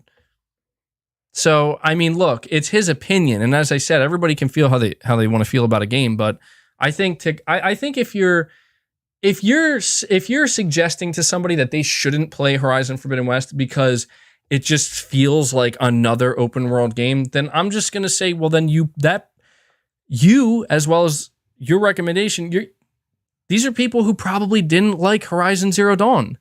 I just don't understand how you could like Horizon Zero Dawn and not like Forbidden West more. That's all I'm saying. I don't get that. If you want to say it didn't take enough risks, I think it's a fair criticism, but you also have to ask, but why would they? Is there a need? That's all I'm saying. That's all I'm saying. Now look, if we get to like Horizon 4 or 5 and it's like they're not changing anything, then you're looking at like an Assassin's Creed situation or whatever, Call of Duty, where it's like, okay, let's not drive it into the ground. Same thing with God of War. The time for reinvention and the time for risk-taking and innovation comes when a formula becomes old and stale. And in my opinion, the formula that's there for Horizon is not old and stale. At least most of it isn't. Let me see. Kendallfire22, you're saying, do you feel like games are approaching the limit of next-gen capability? Dying Light 2 is 1080-60. Elden Ring can't hit 60. Disapproving performance. Absolutely. Well, I also want to say, like, when you say games are approaching the limit of next-gen capability, I want a big caveat here. Cross-gen games. Kendallfire. Cross-gen games. Dying Light 2, Elden Ring, even Horizon to an extent, these are all games that were developed with game engines that were designed for 30 FPS, that were designed around the PlayStation 4 hardware, around the Xbox One hardware. We have not really seen many games, if any at all, that are specifically designed with engines and developed with engines that are designed to take full advantage solely of the PS5 and Xbox Series hardware and higher end PCs, or what you would consider higher end PCs at this point. That comes later. So when it comes to cross-gen, and last-gen engines kind of being talked about, I don't think that I don't think it's holding up very well, is what I'm trying to say. I don't think that these engines are holding up very well. I think you're seeing them strained. I think you're seeing the upper limit of what they can do when making cross-gen games. And I fully expect, I've said it before and I'll say it again, after God of War, I expect maybe only multiplayer games from Sony to be cross-gen.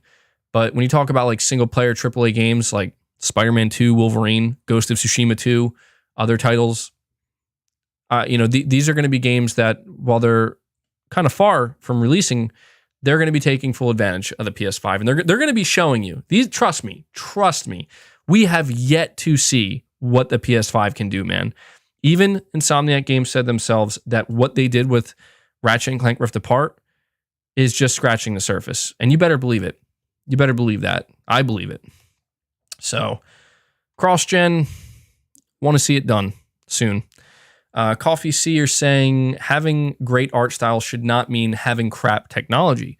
Horizon Forbidden West has both. From is a company that just ignores the tech aspect of their games. Sad. That is one thing that a lot of people have been saying, is that if there's one thing that Elden Ring does reveal, is it is time for From Software to create a new engine and modernize their tech. And I agree. And that speaks exactly to what I was just saying, where it's like, we are at a time where development teams, and to be honest, they're most likely already working on it. As soon as they got their hands on these next gen consoles, and they kind of realized eventually they're going to, in the next couple years, they're probably going to stop releasing games on the last gen consoles. They probably already started work, most development teams anyway, and studios started work on their next gen engines. And it wouldn't surprise me, throughout 2022 and especially in 2023, you'll probably start to see more developers, when they reveal and announce their games, kind of brag about, and it's on our new next gen engine, where they give it a name, whatever they want to call it. That's what I'm expecting. And I just want to say, back in 2020, we had a lot of conversations about cross-gen games. And there was kind of a back and forth between PlayStation fans and Xbox fans, where PlayStation fans, like myself, probably many of you, were like, dude, we don't want cross-gen, and we hope that cross-gen isn't a thing that lingers. But a lot of Xbox fans were arguing, no, cross-gen is fine because everything is scalable and it's fine. It's scalable and there's no worries and it'll be fine. And I just feel like what we're seeing right now is literal proof that that's just not true. That's not true. Things are only scalable to a certain point where it's like now you have to out with the old, in with the new. And I feel like we're definitely at that point. And even though Forbidden West, guys, I'm going to be honest, even though Forbidden West is a very good looking game, and it absolutely, I think, does reveal some of the, what the PS5 is capable of, I'm going to be real right now. I know for a fact that what I'm seeing with Horizon Forbidden West is not anywhere near where we could be if they, let's just talk about for just a moment Horizon 3. Let's say Horizon 3 comes out in, I don't know, 2026. At that point, sorry, guys, I'm going to move to the next. The reason why I haven't moved to the next topic is because I'm answering super chats, and a lot of these super chats are from, people who are still talking about this. So don't worry, we will move on. But just to finish this off, imagine Horizon 3, where she goes somewhere else in the world. And yeah, I'm going to talk about Spartacus.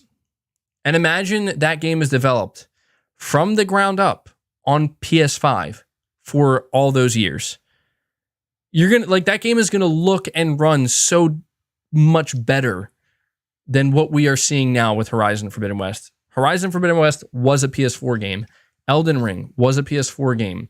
Dying Light 2 was a PS4 game. God of War, PS4 game. That's why I'm saying, I'm fully ready to leave PS4 behind. I hate the fact that in 2022, we are still talking about cross-gen. I understand why, but when we finally cross that threshold, GT7 is absolutely a PS4 game. Even though it was going to be a PS5 game, PS4 game. Development started on PS4. It's going to be exciting when we start to get those games where when the development started on these games, PS4 was not part of it. That's when I'm going to be excited for really what these consoles can do. Coffee. All right. I got to get things moving along here, guys, because I know you guys are eager for me to talk about the other topics. I do apologize. But I do have to just read the rest of these super chats. Rory, you're saying I've been playing both Horizon Forbidden West and Elden Ring. They're both great, but I would say the characters, story, animations appeal to me so much more in Horizon Forbidden West. Well, honestly, Rory, I do not believe you are the only one. A lot of people are expressing a similar sentiment when it comes to the comparison of Horizon and Elden Ring. The Brownie Bro says, Margit took me 3 times. Crucible Knight took 20 times. 10 out of 10. Damn, dude. Only 3 times for Margit? That's pretty good. Pragmatic Cat says, Horizon Forbidden West is a cross-gen game. Looks better graphically than Senua. And that's not a discussion. That's the best-looking game I know. What the heck? Well, that's what I'm saying, Pragmatic Cat. I mean, I don't know if I could agree that it looks better than Horizon. I would have to see some direct comparisons. Or not Hellblade, but I haven't been paying attention to Hellblade, frankly. So even with knowing it's a cross-gen game, it still looks good. But Mark to Drippy, thank you. It says your message was retracted, but thank you for the 5 nonetheless, my friend. All right, guys. So let's talk about. I'm going to combine 2 topics here. I'm going to talk about the PlayStation event, and I'm also going to talk about Spartacus because I do think the 2 are intertwined with one another. But the PlayStation event, well, before we do that, guys, hit the like button for me. Let's see if we can get to 600 likes. I think we can do it. I think we can. So for those who are maybe out of the loop, which I don't think many of you are, but just in case anybody here doesn't know, as of right now, there are multiple insiders that are claiming that Sony is planning not a state of play. Okay, I have to make that clear. Not a state of play, a showcase for March.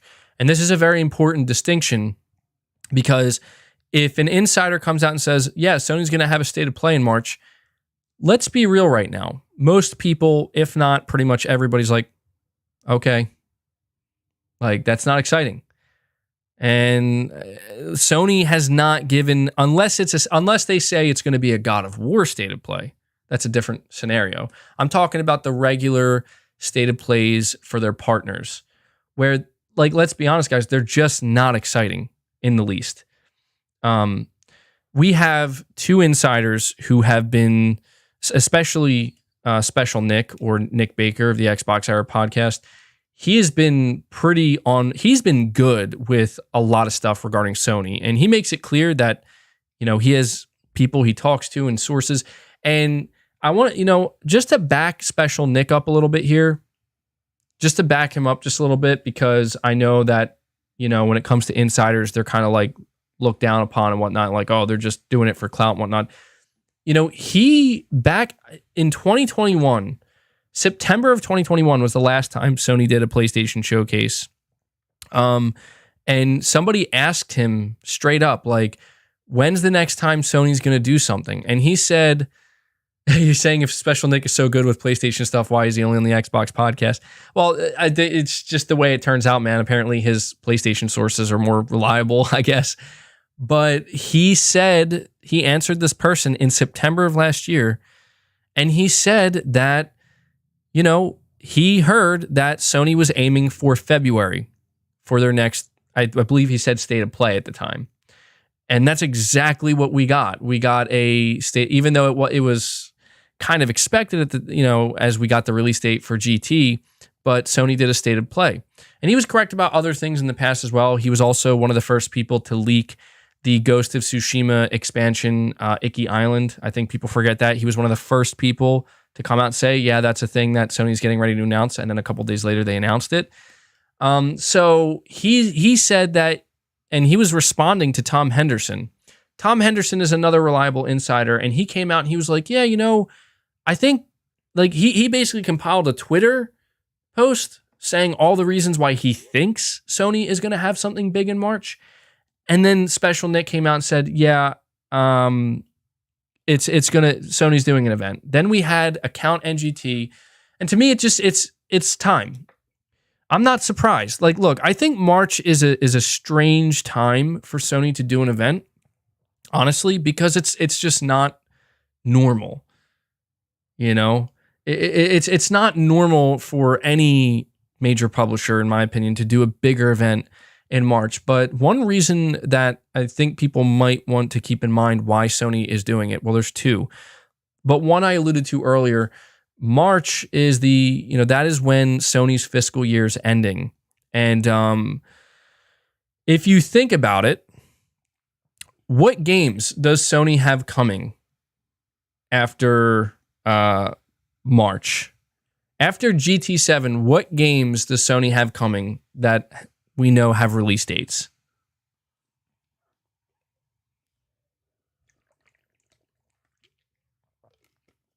Somebody says Forspoken. Forspoken's one.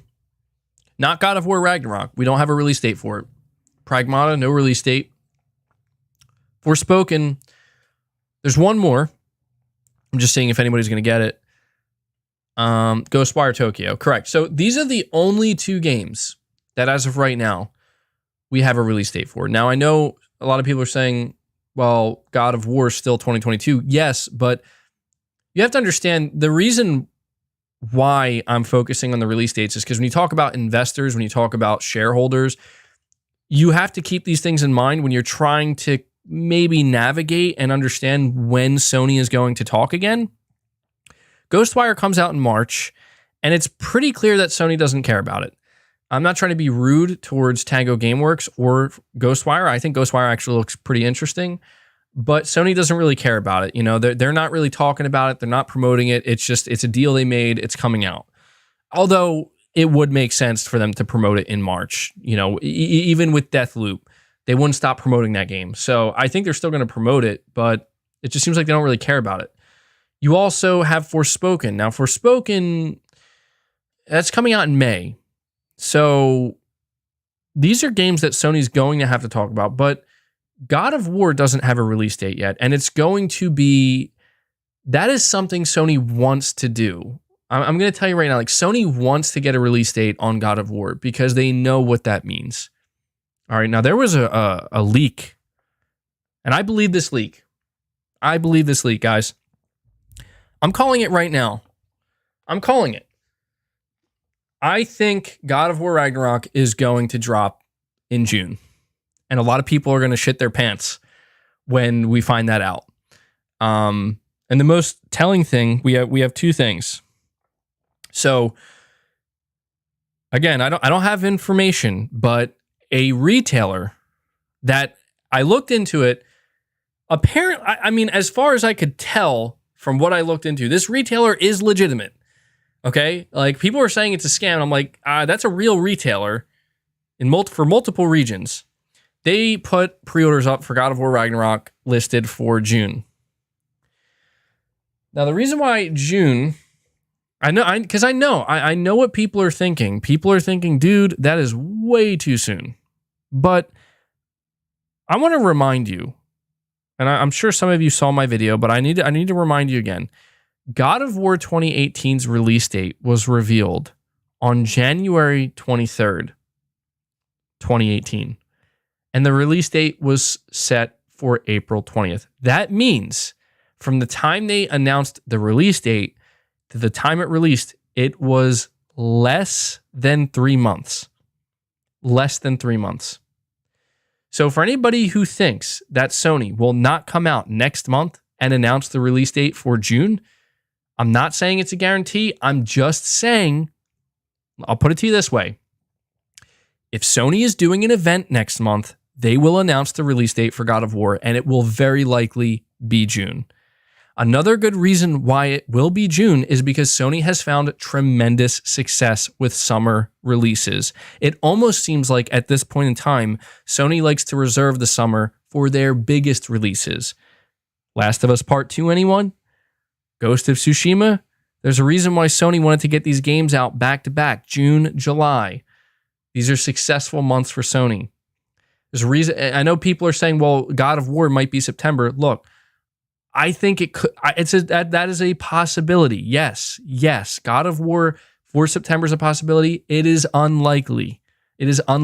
I'm telling you now, Sony will not release a big game like that in the midst of all these other games. They're not going to do it. I know it's easy to say. Herman Holst is calling and saying, you are making too much sense. Bring the stream down. Yeah. I'm just saying that, even though we could make the argument that God of War could release at any time and it's going to dominate. Yes, it will. It will command attention. But let me ask you, if you're really looking to make the biggest splash with your big game, do you release it at a time when there's no other competition? Or do you release it at a time when there's potentially stiff competition? It's pretty obvious, guys, that Sony is shooting for a summer. Well, I'm gonna retract that. I'm not gonna say it's obvious because it's not obvious, but I believe it makes the most sense for Sony to be shooting for a summer release.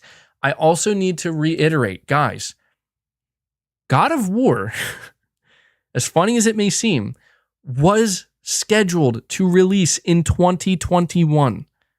Sony actually thought that there was a chance they could release that game in 2021. So that gives you a very good idea of how far along they are in development. It wouldn't surprise me if this game is in the polishing phase right now. They're just finishing everything up. And it's also worth noting, because people are saying, well, how come Horizon Forbidden West? How come Horizon Forbidden West took longer? That took more development time. God of War Ragnarok technically has had a year less of development time.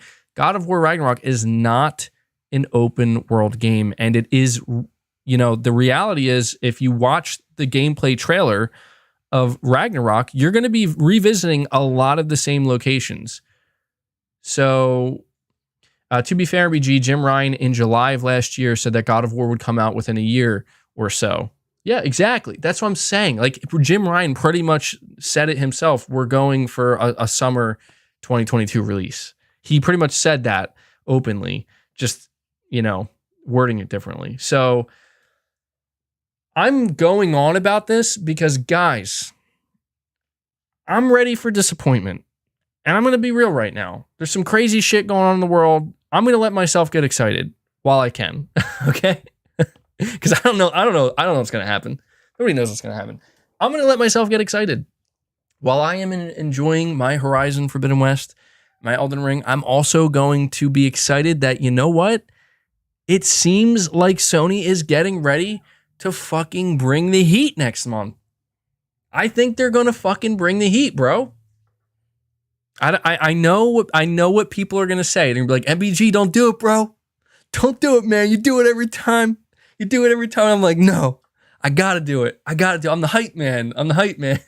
Silent Hill. Yeah. No, I don't know if I'm going to go that far, but but I really think that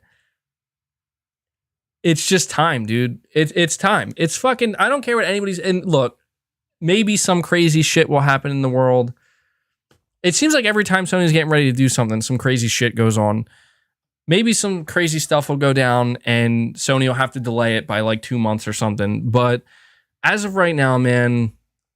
Oh, somebody says Bloodborne remaster. Do you remember? Just last week, Shuhei Yoshida and Herman Holst exchanging on Twitter. Oh, you're such a tease, Shu.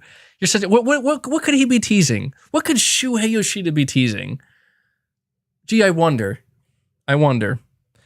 But my big reasoning for thinking, like my main reason for thinking that Sony is absolutely going to do an event, like I was already suspicious that Sony was going to do something early this year. I was kind of in the middle on it. Like I'm like, Sony could do something early this year, but I don't know about it. I don't know how likely it is.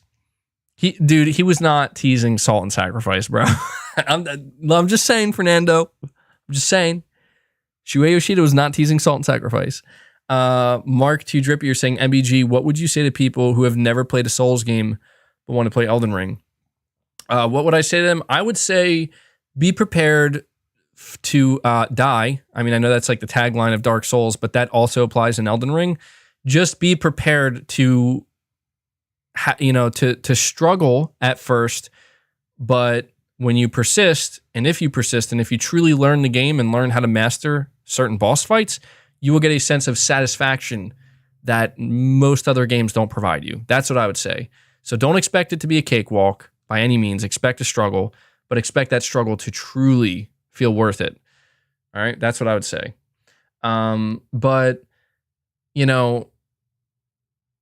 I was 50-50, guys. I was 50-50.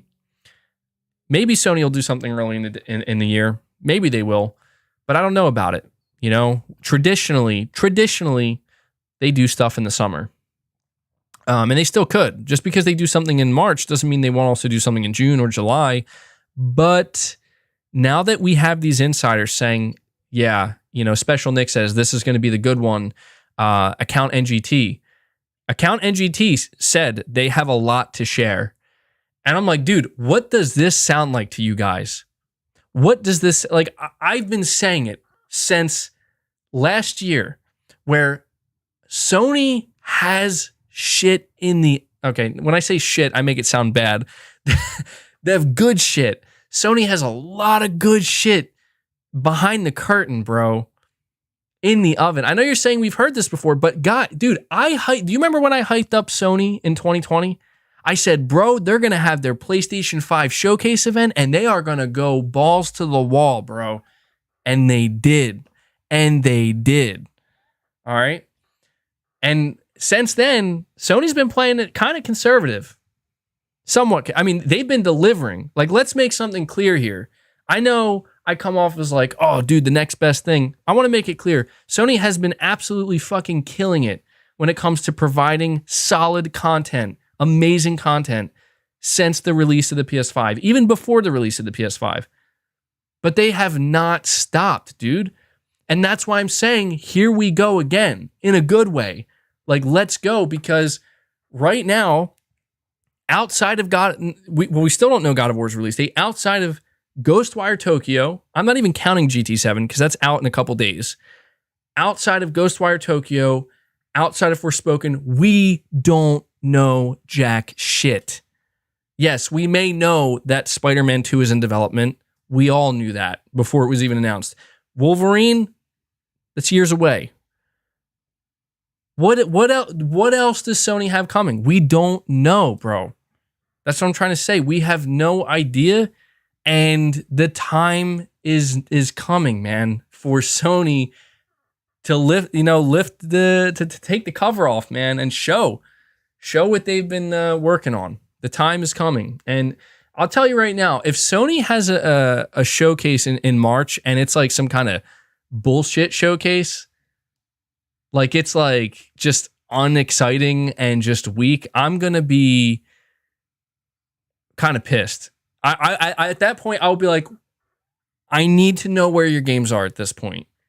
Because we've been like, there have been so many rumors, there have been so many leaks, there have been, where are these games that are supposedly in development?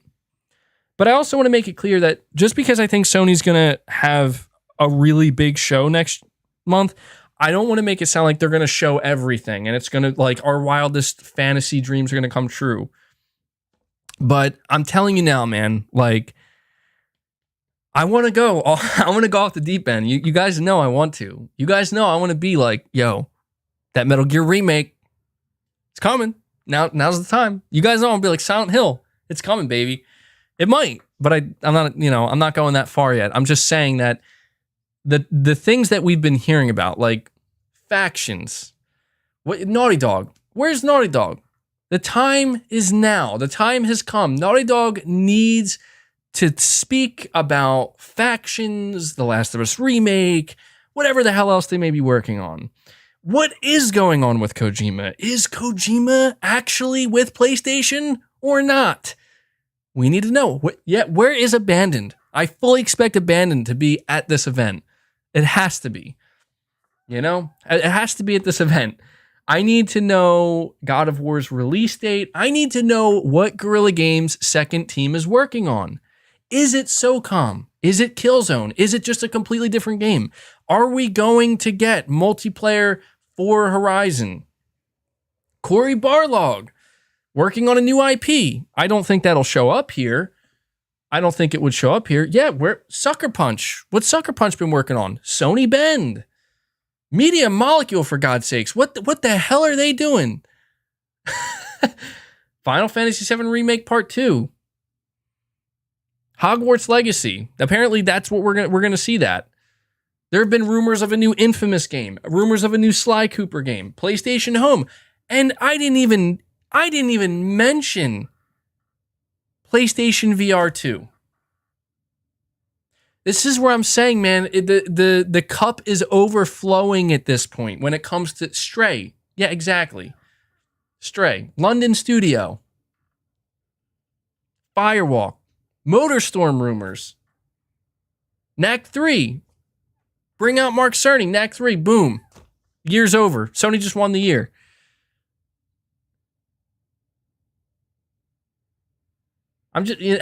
Twisted Metal. Spartacus. Haven Studio. MBG's Clown Simulator.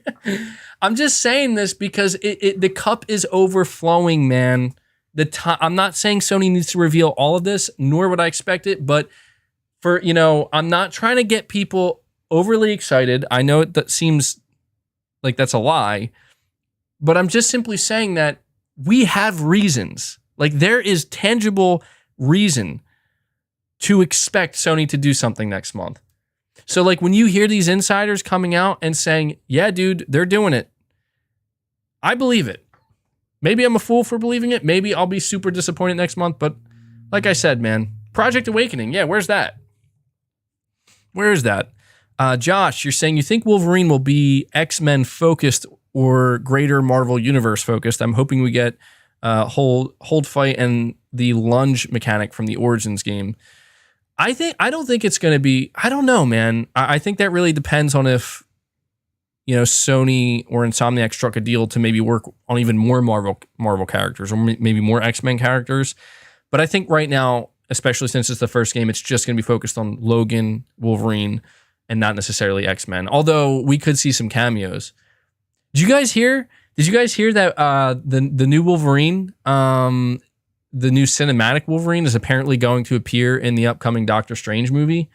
Like, what? Who's gonna play him? Who's gonna play him? Josh, you're saying Hulk. Okay, you meant Hulk. I said Hold Fight, or I read Hold Fight. Hulk Fight. That'd be pretty sick, dude. Zay Very Rare, you're saying good afternoon, MBG. I hope your day is going well so far. Well, thank you, dude. It is. Saying I plan on playing Elden Ring later on today. I'm going for a samurai build. What about you? I probably will play Elden Ring at some point today. I went with the what's the name of the first class? I don't think it's a knight. I know it's not the warrior. I just did the first class because it just seemed like the most like balanced overall, and it was the class I was probably most familiar with. But the samurai class did look really appealing too. Vagabond. Yeah, there we go. Vagabond. I don't know how you say it. It's a weird name. But yeah, that's the one I went with. But you know, talking about PlayStation VR 2, guys, I know that it's a long shot. I know it's a long shot. But if the rumor is true, that Sony secured a Metal Gear Solid 1 remake to be like the killer app for PSVR 2, and it will still also be a playable PS5 game. I don't think it's true, but if it were to be true, and this is why it's taken so long for it to actually be revealed, I will hit the fucking roof. I will fucking explode out of my chair. Literally, I will not be in this chair when that is announced, bro. But gotta be careful, because that's what you would call overhyping myself. But you know, I just talking about that for a second. If that a big thing that a lot of people were mentioning about a Metal Gear Solid 1 remake for PSVR 2 is how could that work? I feel like, I don't know, I feel like that'd be a difficult thing to make happen, but I don't know, dude. I don't know. I think it could. And here's something else I want to talk about in regards to the PlayStation event. Spartacus. MBG will suplex his cats from excitement. I probably would, yeah. Double suplex, get both of my cats. Woo! Fucking just go. Oh, man. Probably get scratched up and shit, though. But, all right. I want to talk about Spartacus before this. I know this podcast is like seemingly going off the rails. Josh, again, you're saying, well, he's got to fight some villains, right? X-Men or yeah, that's true. Yeah, he will have villains. So, I mean, you have to imagine Sabretooth will be there, right? Outside of that, though, I'm not sure. They could bring in some obscure villains at first if they want. All right, so we're going to talk about Spartacus because there was a big... I want to call it a leak. Like, people were telling me it's not a leak, it's a rumor. And I get it's true. I guess it is a rumor, but it feels like it's legitimate. So for those who aren't aware, and I feel like I really got to make something clear with this, man. Like, I really do. Because there is... I'm telling you right now that there are going to be a lot of people who attempt to shit on PlayStation fans, and this service when it's announced. And they're going to just come off as like really, I guess you could maybe even say ignorant, because, you know, I'm getting ahead of it now and I'm making it clear. So first, let me give you the lowdown on the leak. Jeff Grubb, and I know a lot of PlayStation guys don't like Jeff Grubb, but come on, we gotta be real here. He definitely has contacts. He came out and he gave us more details on how Spartacus is going to function. And so essentially this is what it's going to be. We don't know what it's going to be called, but you know what? Let me, I want to, PlayStation, I want to bring it up here. Just because I want to make sure I have all the accurate information. Okay, so there's a little chart here that Jeff Grubb made. So PlayStation Spartacus is going to have 3 tiers, and the first tier is going to be called PlayStation Plus Essential. The second tier is going to be called PlayStation Plus Extra, and the third tier is going to be called PlayStation Plus Premium. With PlayStation Plus Premium, you get your monthly PlayStation Plus games, an extended games catalog that's coming from PlayStation Now that you can download, which I think are mostly PS4 games. You can stream games. You get classic games. That's probably where the streaming will come in. You get game trials, and that's going to be priced, as of right now, $16 a month. With PlayStation Plus Extra, you get the monthly games, the extended game catalog, and that's all you get. And it's going to be $13 a month. And then PlayStation Plus Essential is going to be just what PlayStation Plus is now, and it's going to be $10 a month. Now, people are losing their minds. Well, maybe they're not losing their minds, but they're jumping to the conclusion that they believe Sony is doubling the price of PlayStation Plus. They think that they're doubling the price of PlayStation Plus because they're charging $10 a month. And people need to really calm down with this. That's not going to happen. And if it does, we will all condemn Sony. Believe me when I tell you, no PlayStation fan will ever defend that. But it's not going to happen because Jeff Grubb is just giving us the month-to-month prices. If you want to subscribe to PlayStation Plus right now on a month-to-month basis, you will be charged $10 a month. But if you don't want to pay $10 a month, you can buy a 3-month subscription for $25 or a 1-year subscription for $60. That will stay the same. I would be utterly shocked and pissed at Sony if that changed. I do not expect it to change, and if I were you, I wouldn't expect it to change. Okay? I just feel like I really need to emphasize that because the video I made, I didn't make that clear, and a lot of people interpret it that $10 a month, that means it's going to be $120 a year. If you're paying on a month-to-month basis, yes. PlayStation Plus right now, if you pay on a month-to-month basis and don't buy subscription cards for 1 year, it'll cost the same amount. Somebody says, dude, stop defending. I'm not. I literally... I can only assume, Alan Baker, you're not talking to me because I literally just said we would be pissed. I would be pissed. I literally just said that. That is the opposite of defense, bro. But I want to make it known for those who are maybe feeling a little bit apprehensive, like, I don't know, man, Sony might actually double the price. Keep in mind, they did not pull PlayStation Plus membership cards from retail. I need you to really focus on that because if Sony was planning to double the price, they would start pulling them off shelves. Okay? Similar to what Microsoft did. And then Microsoft immediately turned around and was like, never mind. Because they realized everybody hated them instantly. So if like in the next week or two, we hear that Sony's taking down $60 PlayStation Plus cards, then we're going to want to be concerned. But as of right now, it seems to me that Sony has no plans to increase the price of basic PlayStation Plus, or what they call PlayStation Essential or PS Plus Essential. And I have to also make it clear that there's no reason for Sony to do that because they're already going to be offering a more expensive service for $13 a month and $16 a month. You know what I mean? So you have to understand that Sony is already going to be making more money when they announce this because there's going to be millions of people, potentially, probably millions, that subscribe to these higher tiers. There is no reason for Sony to increase the price because of that. You also need to understand one of the things is Sony is essentially just leveraging something that they've had this whole time, that being PlayStation Now, and just integrating it into PlayStation Plus. And here's the thing I want people to pay attention to. You ready? A lot of people, I'll ask my chat.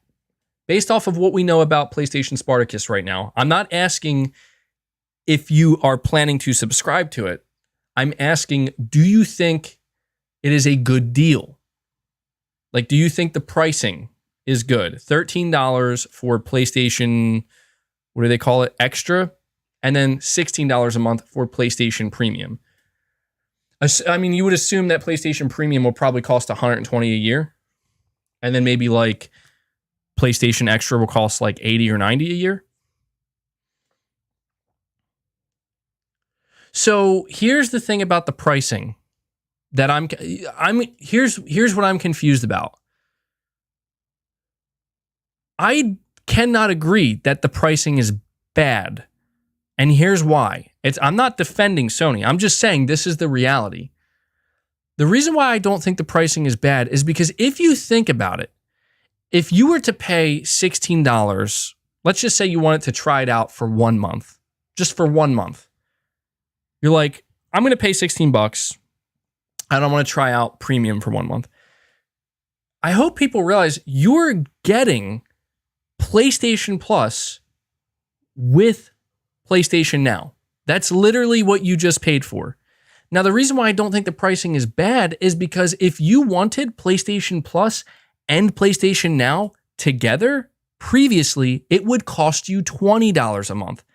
So if anything, for people who care about this, and I have to emphasize, for people who care about this, in other words, people who like PlayStation Plus, you're actually getting what you already had for cheaper. Like, don't people realize, like that's my whole thing. I feel like people are confusing the pricing with the appeal. Like, if PlayStation Now was not appealing to you before Spartacus, it's not going to be appealing to you now. Somebody says, true scam. Again, dude, I don't think you're following the logic here. It is the opposite of a scam. It is the opposite of a scam. I don't understand how you're coming to that conclusion. So, well, let me read this real quick. We have Josh, you're saying Sony will acquire Slow Clap and hand them Daredevil. That'd be interesting. You're saying ignore them, they are trolls. I don't know if they are, man. Jayon, you're saying make it with a yearly subscription, and you will. They will have yearly subscriptions. They will have.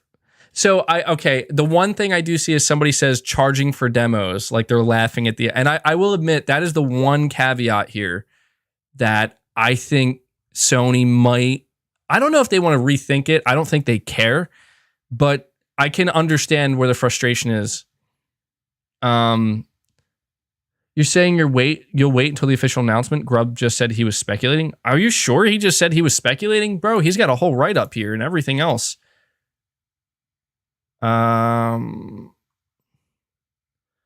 Maybe he's just saying that to cover his ass in case his source is wrong. But those are some pretty detailed. That's a pretty detailed speculation, you know? It's a pretty detailed guess. Let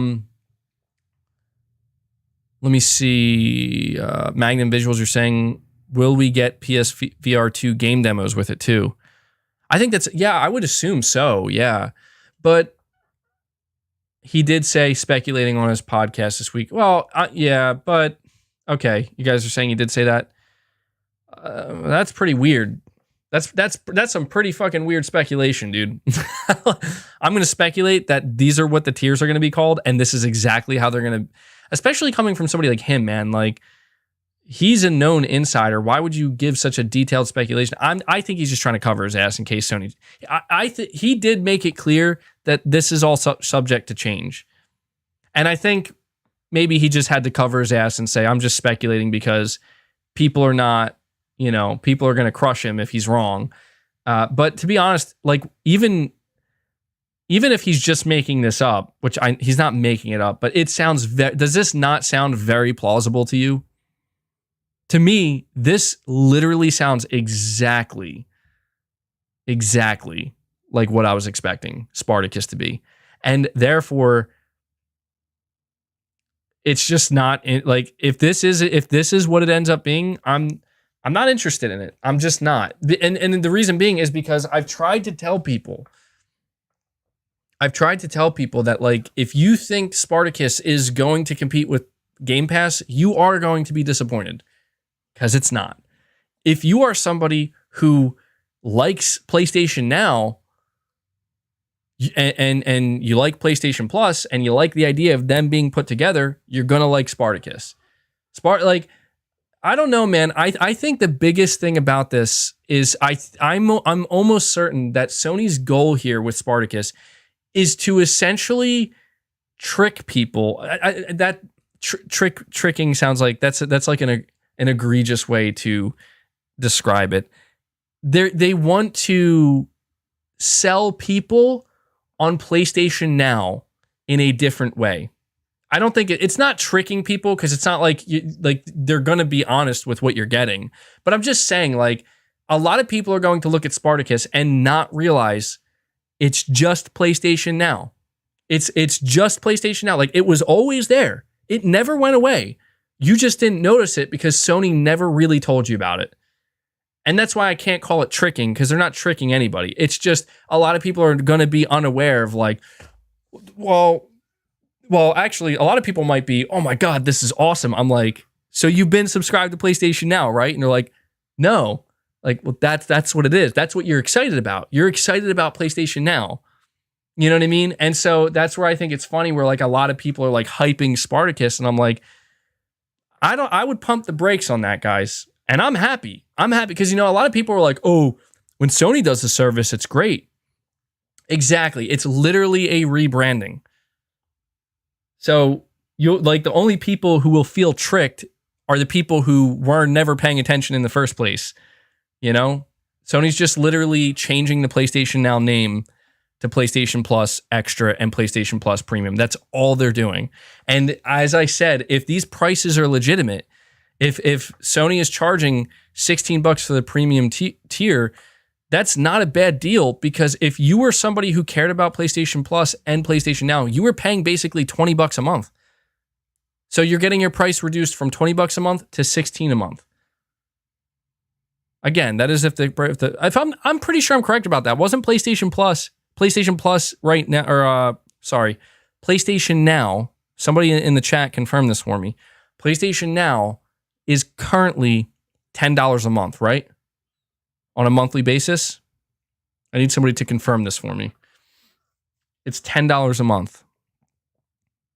Somebody said the Deadly 8, $10. Yes.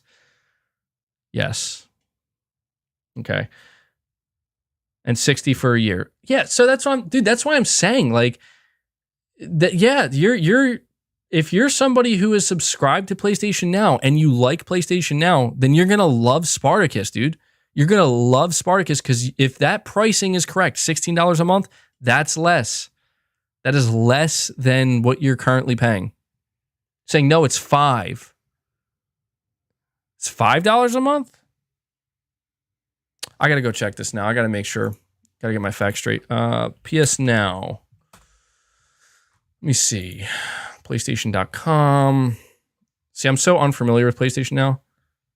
No, it's not. It's not $5 a month. I'm looking at it right now. 1 month, $10 every month for PlayStation Now. 3 months, $25. It's the same pricing as PS Plus. It's the same. Yeah. So that's all this is, dude.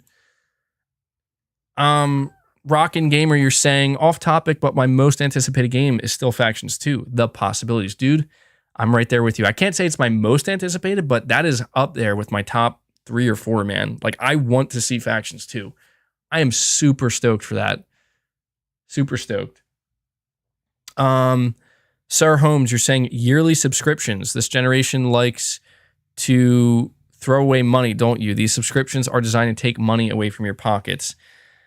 Dude, that's what I'm saying, man. Like, I've said it before, and I will say it again. The only reason I am subscribed to PlayStation Plus, the only reason is for multiplayer.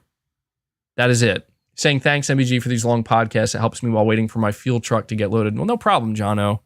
No problem. I'm glad you tune in, man. I appreciate the support. But I've always said that if I didn't need PlayStation Plus to play multiplayer, I wouldn't have it. And yeah, cloud storage is very useful as well.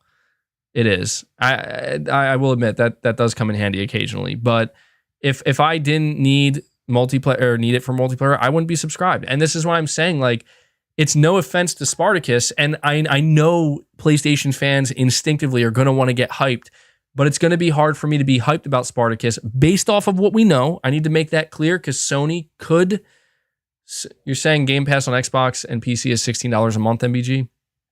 Okay, I see you. I just feel that I don't know, man. I just feel that for me personally, I've always talked to you guys about how I'm just not a big fan of subscription services, especially in gaming. I know that a lot of people are like, that's the future. And I'm like, I don't care. It doesn't make me like it anymore. I'm more of a traditionalist. And so I mean, I may subscribe to Spartacus at first just to try it out and see what it's like, if it, because it'll just be there. But considering it's just going to be PlayStation Now, I could do that right now. You know what I'm saying? So unless there's something here that we don't know about, which there could be, I want to make it known that this is unofficial information. Sony may have something much bigger planned with Spartacus that nobody knows about. I need to emphasize that. So, saying Game Pass is a better deal. Well, that's the thing, dude, is like, that's why I cannot call it a Game Pass competitor, because it's not competing with Game Pass. It's just not.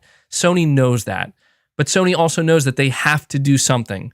Like, Sony needs to do something to get more people talking about the PlayStation subscription, because everybody's talking about the Xbox subscription. They know it's not going to compete with it, but they have to get people talking. And if you think about it, this is a smart move on Sony's part. I have to say, like, no matter what anybody says, you're going to see a lot of people shitting on it. This is absolutely the best thing Sony could have done. They're taking a whole nother service that nobody cares about and nobody talks about, and they're making it 10 times more relevant by integrating it into PlayStation Plus. They're consolidating them. It is the smartest thing Sony could do. And that's just the reality. Even though I don't care about it as of right now, it's still smart on their part. And frankly, this is something that probably should have been done a long time ago, because there's no reason in the world. You're saying PlayStation now has like 300 games available over Xbox's 100. Well, that's the thing, dude. I think people are truly underestimating how appealing that extra tier is going to look, because that's the thing. I know that with PlayStation, that extra tier, if you think about it, that'll be $2 cheaper than Game Pass Ultimate. Game Pass Ultimate, you get Xbox Live and you get Game Pass. Now, obviously, with that, you get day one releases. Sony will not have that. So for $2 less, you're not getting the day one releases, but you are getting potentially almost double the games in rotation.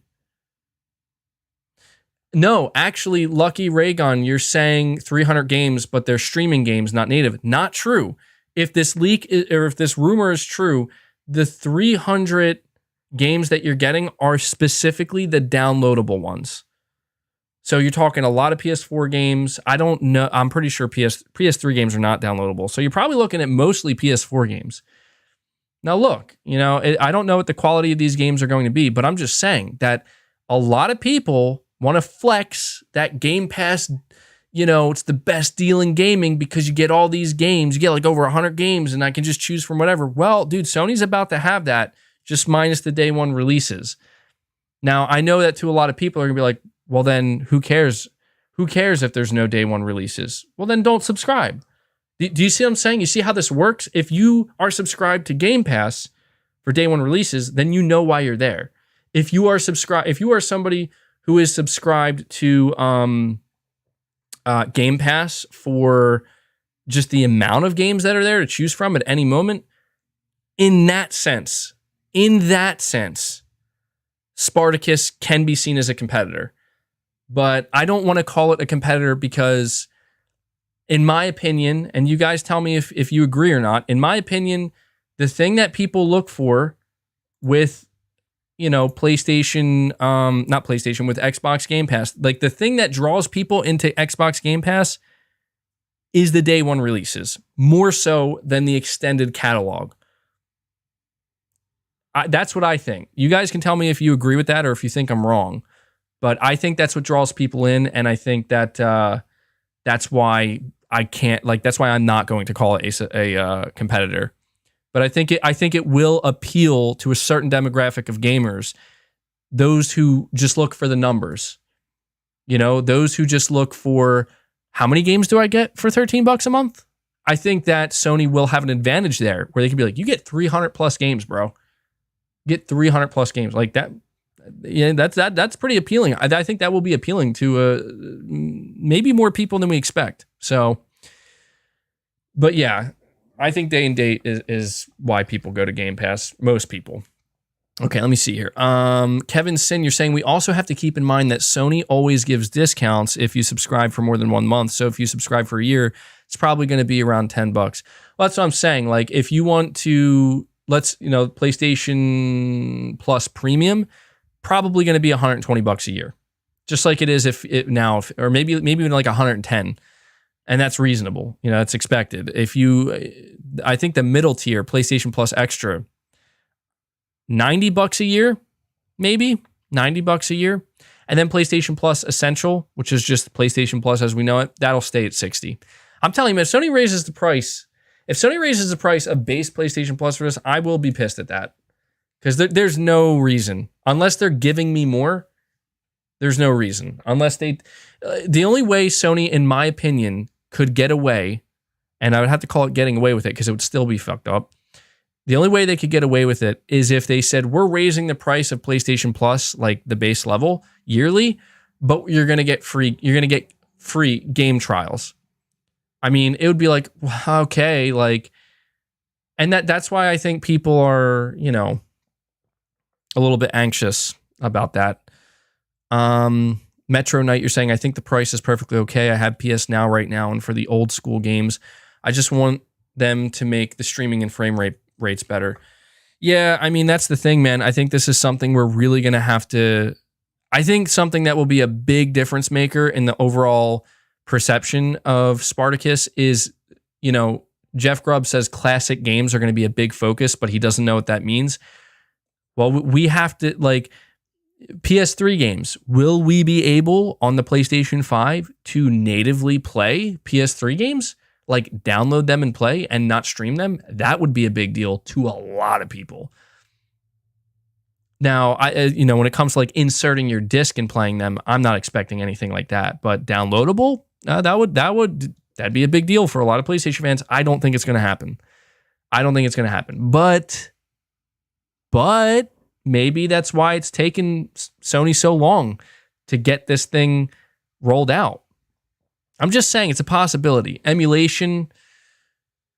Yeah, I mean, emulation is the only way PS3 games will work. Yeah, I mean, dude,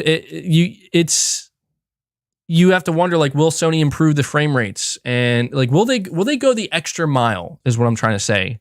The same way that Xbox did with their older catalog. Will they go the extra mile? I don't think so.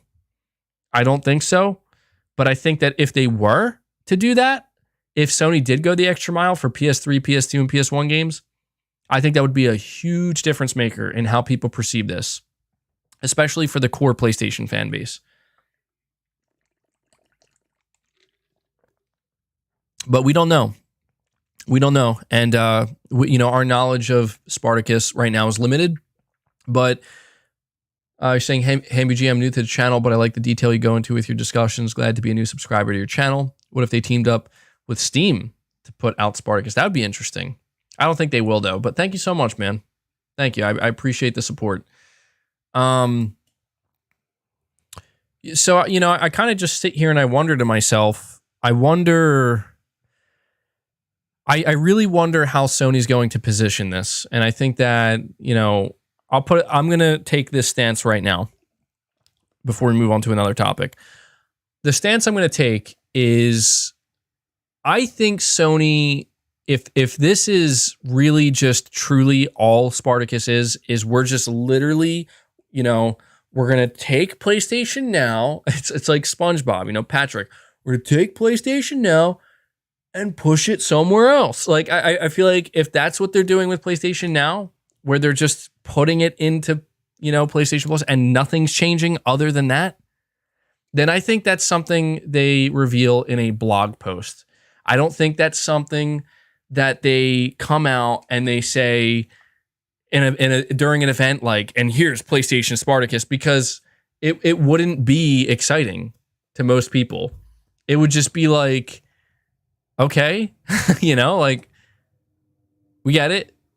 So that, if there's more to this than what we currently know, if Sony is doing much more with Spartacus than we realize right now, based off of the limited information we have, then I would expect to see this announced at an event, and they want to make a big deal of it.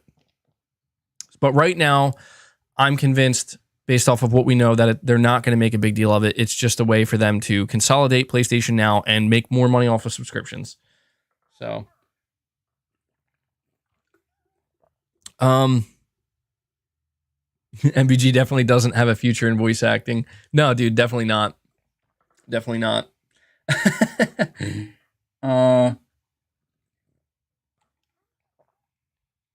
I see people wondering if they're going to like incorporate like Crunchyroll, sweeten the deal. They might.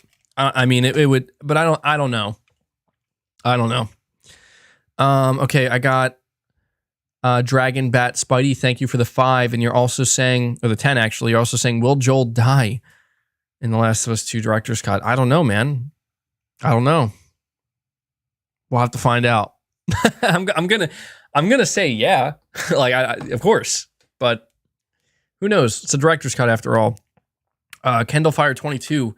You're saying, will Sony add EA Play to Spartacus? Huge if so. They could. Yeah, that's another thing that Sony could try to look into doing, that Microsoft has done, is try to, combine their service with others to sweeten the deal. So it's a possibility. Maybe VRR will only be available with the highest Spartacus tier. Yeah, right. There is actually, before we move on to the next topic, I do have to talk about these demos, because people are frustrated. People are frustrated at the idea of paying for a demo. iSiler18, you're saying, personally, I have almost no interest in going back to the 360 PS3 era. Well, maybe except for MGS4, which is somehow still only on the PS3. iSiler, I literally feel identical to how you feel, man. Like, even specifically with a Metal Gear Solid 4 being one of the only games that I would want to go back and play. That and maybe Skate 3. Those are the 2 games I care about. But outside of that, I have no interest, man. So that's why I would be excited. Like, if Sony does more with backwards compatibility, like if they do more with classic games, or if they're like, you can download PS3 games and play them on your PS3, I'd be so happy for the PlayStation fan base. Like, I'd be so happy for them. I'd be like, dude, this is something the PlayStation fan base has been dying for a long time. And I'd be so happy for them. But I personally would be like, cool. Probably not going to do it or use it, but still very cool. But the one last thing I want to talk about when it comes to Spartacus, you're saying trials and dedicated demos are different. Well, that's true. We need to differentiate trials and demos. All right. So one of the things you're apparently going to get with the highest tier of Spartacus are trials. Now, Jeff Grubb said, and again, we have to take this with a pinch of salt, but it makes the most sense.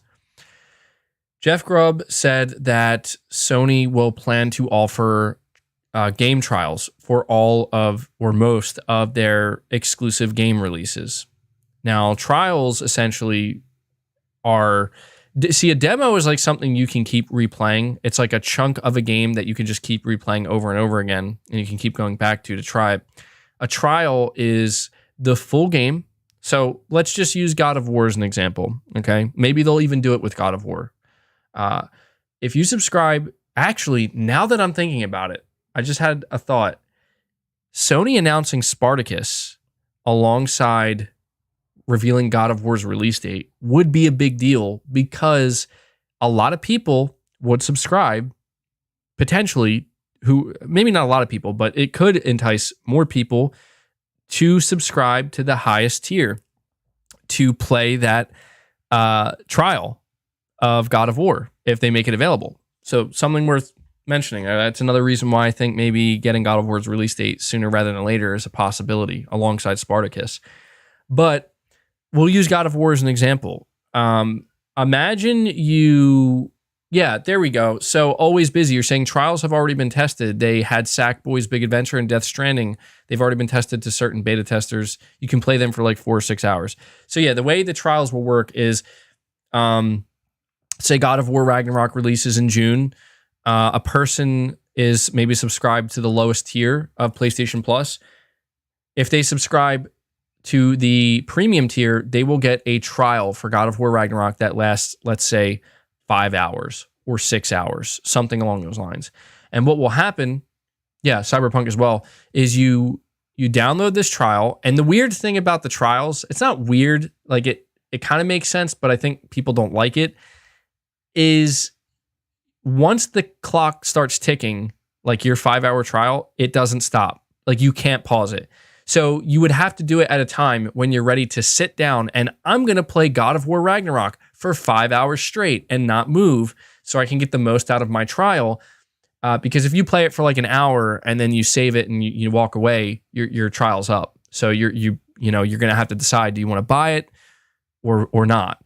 And that's a really important distinction to make between demos and trials. And you're getting the final product, and you can do everything in that final, with that final product that you would be able to do if you bought the game. And so we could see a situation where, and these are things that I think people need to think about. I know it's easy to be like, why is Sony, why are they making me pay for a trial? Well, you also want to maybe consider, maybe they'll offer a discount for the final price of the game if you happen to be somebody who buys it while subscribed to PlayStation Premium. Anybody think of that? You're paying $6 extra to become a PlayStation Premium member. You play the trial for maybe like 5 or 6 hours. Maybe you get $5 off or $10 off or like 10% off or something like that. That would be a great way for Sony to, and I think people would think that's fair as well, because you are paying more to try it, but you're also going to pay a little bit less. I don't think it'll be like $10 off or something. I think that would piss day one buyers off on PS5 or something, but just a little something, just a little price reduction. I think that would make a big difference in how people perceive these trials. The thing about the trials that really fascinates me, though, is you can tell that this is Sony trying to do something, even though it's not the same, but trying to do something to compete with Xbox Game Pass day and date releases. Sir Holmes, you're saying 48 million PS Plus subscribers equals $480 million. Do you all realize how much money that is? PlayStation Plus should be $3 a month, and you all want to pay more for Spartacus. Well, chill, Sir Holmes. And I would argue, guys, or Sir Holmes, I would argue that a lot of people here right now, and I've seen this from a lot of PlayStation fans, dude, a lot of them are saying that based off of what we know, they're not going to subscribe to it. So I don't know. I wouldn't assume that it's going to be as successable as you think, or that people are going to flock to it in the way that maybe you're believing they are.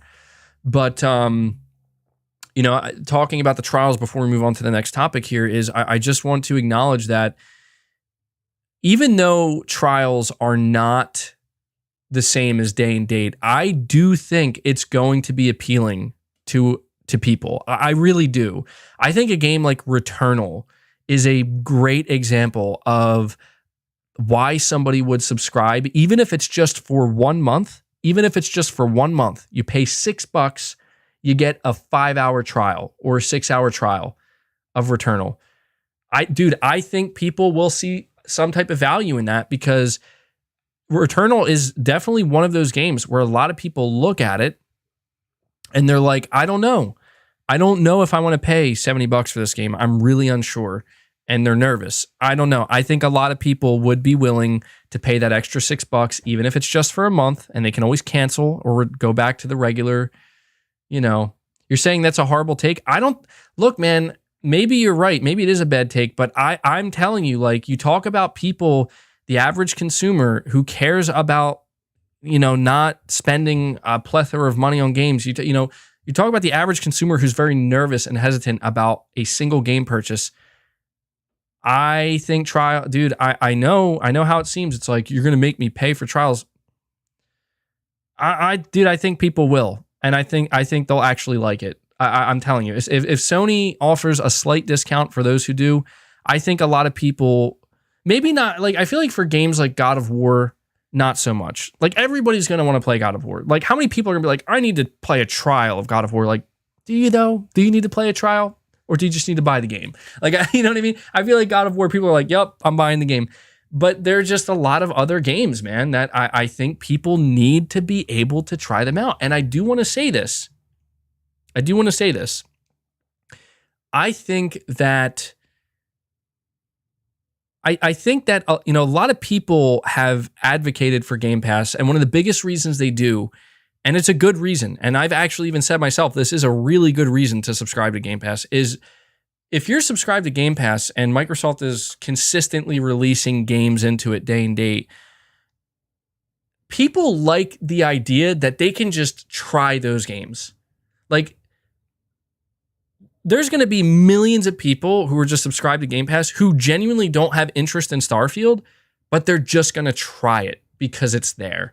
Now, again, you're not going to have Starfield taken away as long as you're subscribed to Game Pass, to whereas, with Sony, you will have that trial end and it will be taken away from you. But I just think that that's something people care about, trying before you buy. And I frankly do think that, yes, a lot of people would be willing to pay an extra maybe not an extra $6 a month, but I think maybe a couple months here and there, every time there's a big release, I think a lot of people would be willing to pay $6 for a trial to know. Because think about it this way too. I want you to think about it from the other perspective. You pay $6 to play 6 hours, $1 an hour of Returnal. All right. If you do that, then what if you don't like it? What if after those 6 hours, you're like, I really don't like this game that much? You just saved you saved like $64. You saved $64. See what I'm saying? Let me see here. Kevin, you're saying demos are expensive to create. Trials are unfortunately a best of both worlds outside of a Game Pass option that's not profitable yet. Exactly, Kevin. That's a great way. That's a great way to sum it up. Where it truly is like, dude. Look, man. I know people are saying at least some people are saying that's a bad take. Bad take or not, dude. I guarantee you, there's a lot of people. Exactly. $6 is like one coffee from Starbucks. I don't give a fuck what anybody says. If you're worried about a game that's going to cost you $70 and all you got to do to know if it's for you is, I'll pay $6 this month. I want to try it out. Dude, I'm telling you, man. I understand why people are like, that's bullshit, but I'm telling you that people are going to find that useful. And that could work against Sony. I want to make that clear. Sony may regret that decision because what if it works the other way? What if certain games suddenly they see a drop in day one sales because people are subscribing, doing the trial, and people who would have bought the game at full price and maybe not been as satisfied with it end up being like, yo, I'm not paying for that. I'm saving my money and I'm unsubscribing from this highest tier. See, these are things that you also have to consider.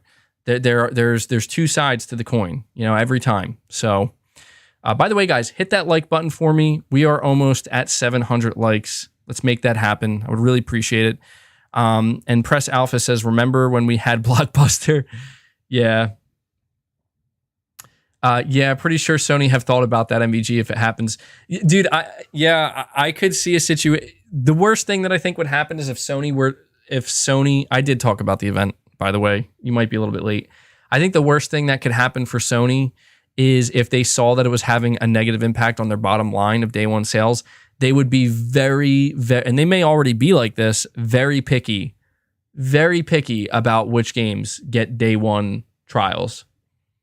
Very picky, I don't think Sony would do it for God of War. I don't think they would, because I think Sony would be afraid that if they did a day one trial for God of War, it would have a negative impact on their day one sales. So I don't know. There's a lot to, unpack and think about here when it comes to this. But when it comes to Spartacus, man, as of right now, I'm going to be real.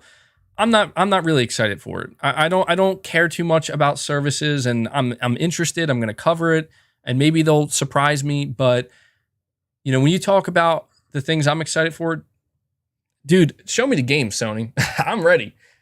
I'm ready. You talk about Spartacus, you can talk about your service, that's fine. You can talk about old games, that's fine too. But I'm ready for what do you got cooking?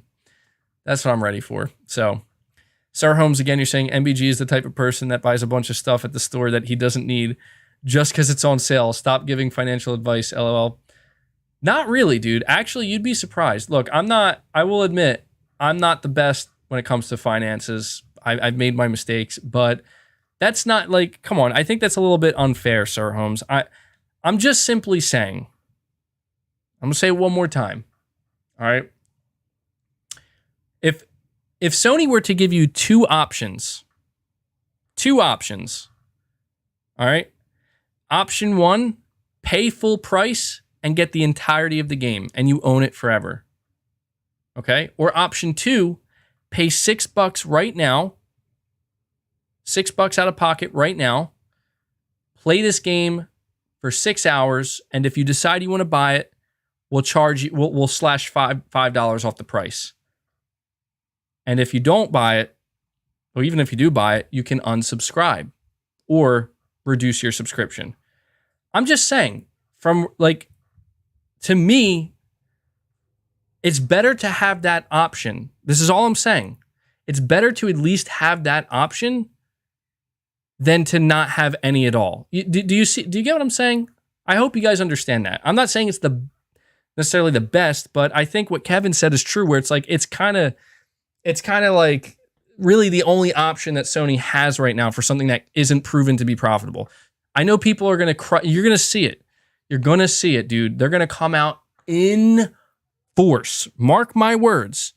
When Spartacus is announced and Sony talks about trials, you are going to see waves of Xbots, right? Coming out, or Xbox fanboys, whatever, coming out and being like, that sucks. They're not doing day and date. Sony can't compete. And they're just, they're going to look dumb because literally nobody is expecting Sony to do day and date. Literally nobody.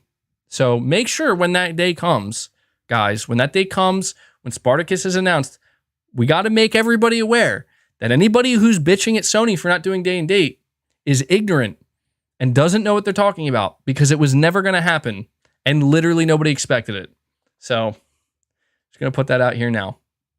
But yeah, that was the final point I was trying to make, guys, is that I know trials do not seem ideal, but I just think that people at the very least will be like, well, if it was either pay full price for a game at day one at launch, or try it through this trial, even though I have to pay for it, lower price, I think people will at the very least prefer to have that one option, even if it's not the most ideal. So that's how I see it.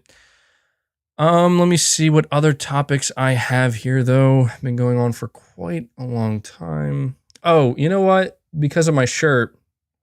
So here we go. Here's an interesting one. I'm not a big Street Fighter fan, and I'm not really talking about Street Fighter because I'm going to be honest, I don't care about Street Fighter. But what I do want to talk about is the idea that Sony may have locked down Street Fighter 6 exclusivity. Now, people have pointed out that there was like a leak or something, or some type of code or something that, somebody says paying for trials is stupid. There's Twitch for a reason. Well, dude, that's the whole thing. You don't have to pay for anything. Like if all you need to do is check some gameplay, you're good, bro. You're not going to be paying any more than you need to. So no worries. You know what? One last thing I do want to mention too. I want to ask my audience this, guys, in the chat. Somebody said, what if one of the benefits that Sony offers with their with the highest tier of Spartacus is not day and date releases? Like, you're still going to have to pay full price for new releases, but you get early access by like a week or 2 weeks or something. If you're like, what would you? I think people would fucking riot if Sony were to do something like that. But I also kind of think, holy shit, that would be a dirty tactic, but it would work, bro. It would work. What do you guys think of that? Like, because I gotta be honest, man. Like, if Sony was like, "Yo, God of War's launching June 21st or something, but you can get it on like June 12th or June 11th if you're subscribed to Spartacus," I'd be like, "Yup, I'm subscribed to Spartacus," and you still have to pay full price. I don't know. I don't think they're gonna do that, but just something to think about. I'm just kind of curious what people would think if Sony were to do that. But anyway, I was talking about Street Fighter 6 because there was people be like insta sub, yeah. There was a talk about Street Fighter 6, and it was announced officially. We're getting more info in the summer, and people are trying to figure out if it's going to be exclusive. Now, I don't know how much truth there is to this, but there was like a document floating around or some type of coding or something that was uncovered that said it's going to be coming to Xbox, and I wouldn't be surprised.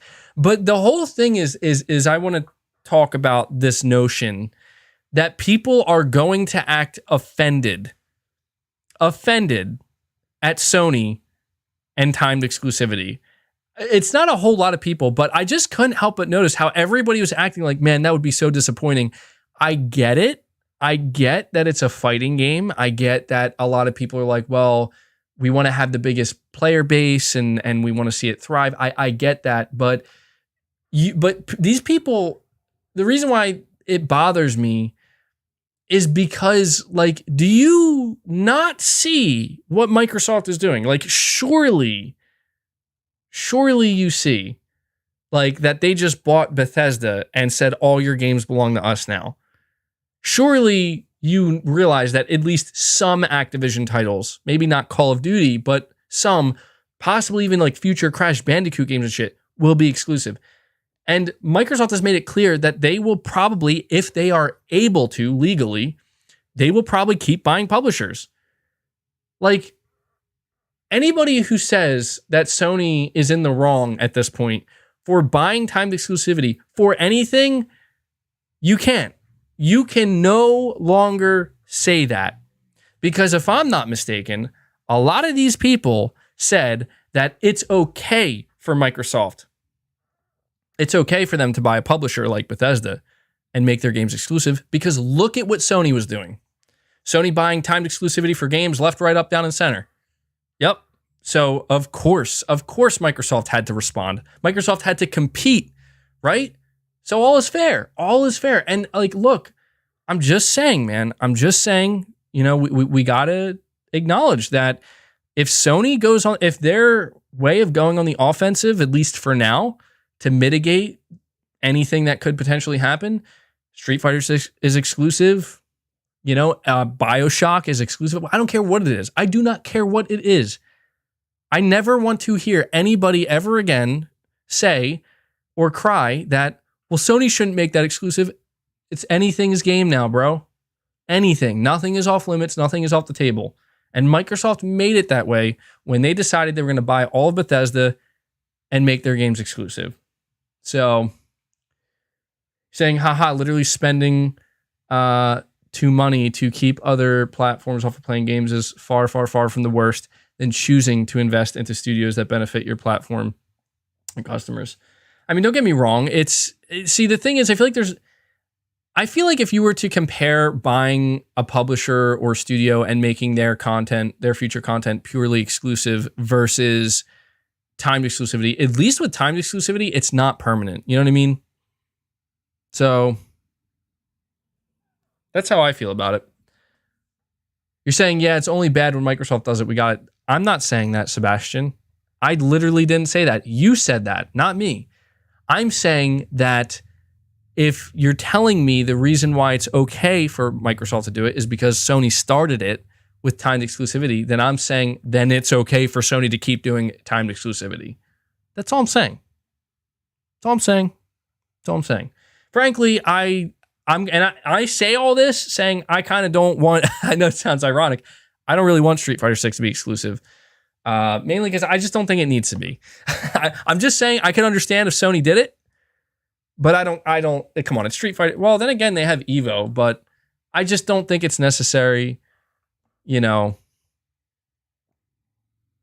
You're saying I have seen you say it is bad for the industry what Microsoft is doing. Well, look, I have said in the past this. You're bringing up stuff I said in spur of the moment when we first learned about things happening. Look, I said it. You also need to realize that not only did I say that, but not too long after that, I followed it up by saying, actually, when it comes to Microsoft buying Bethesda, when it comes to Microsoft buying Activision, if it was either, hey, dude, either Xbox is going to get them or somebody else like Google, Amazon, Meta, Apple are going to get them.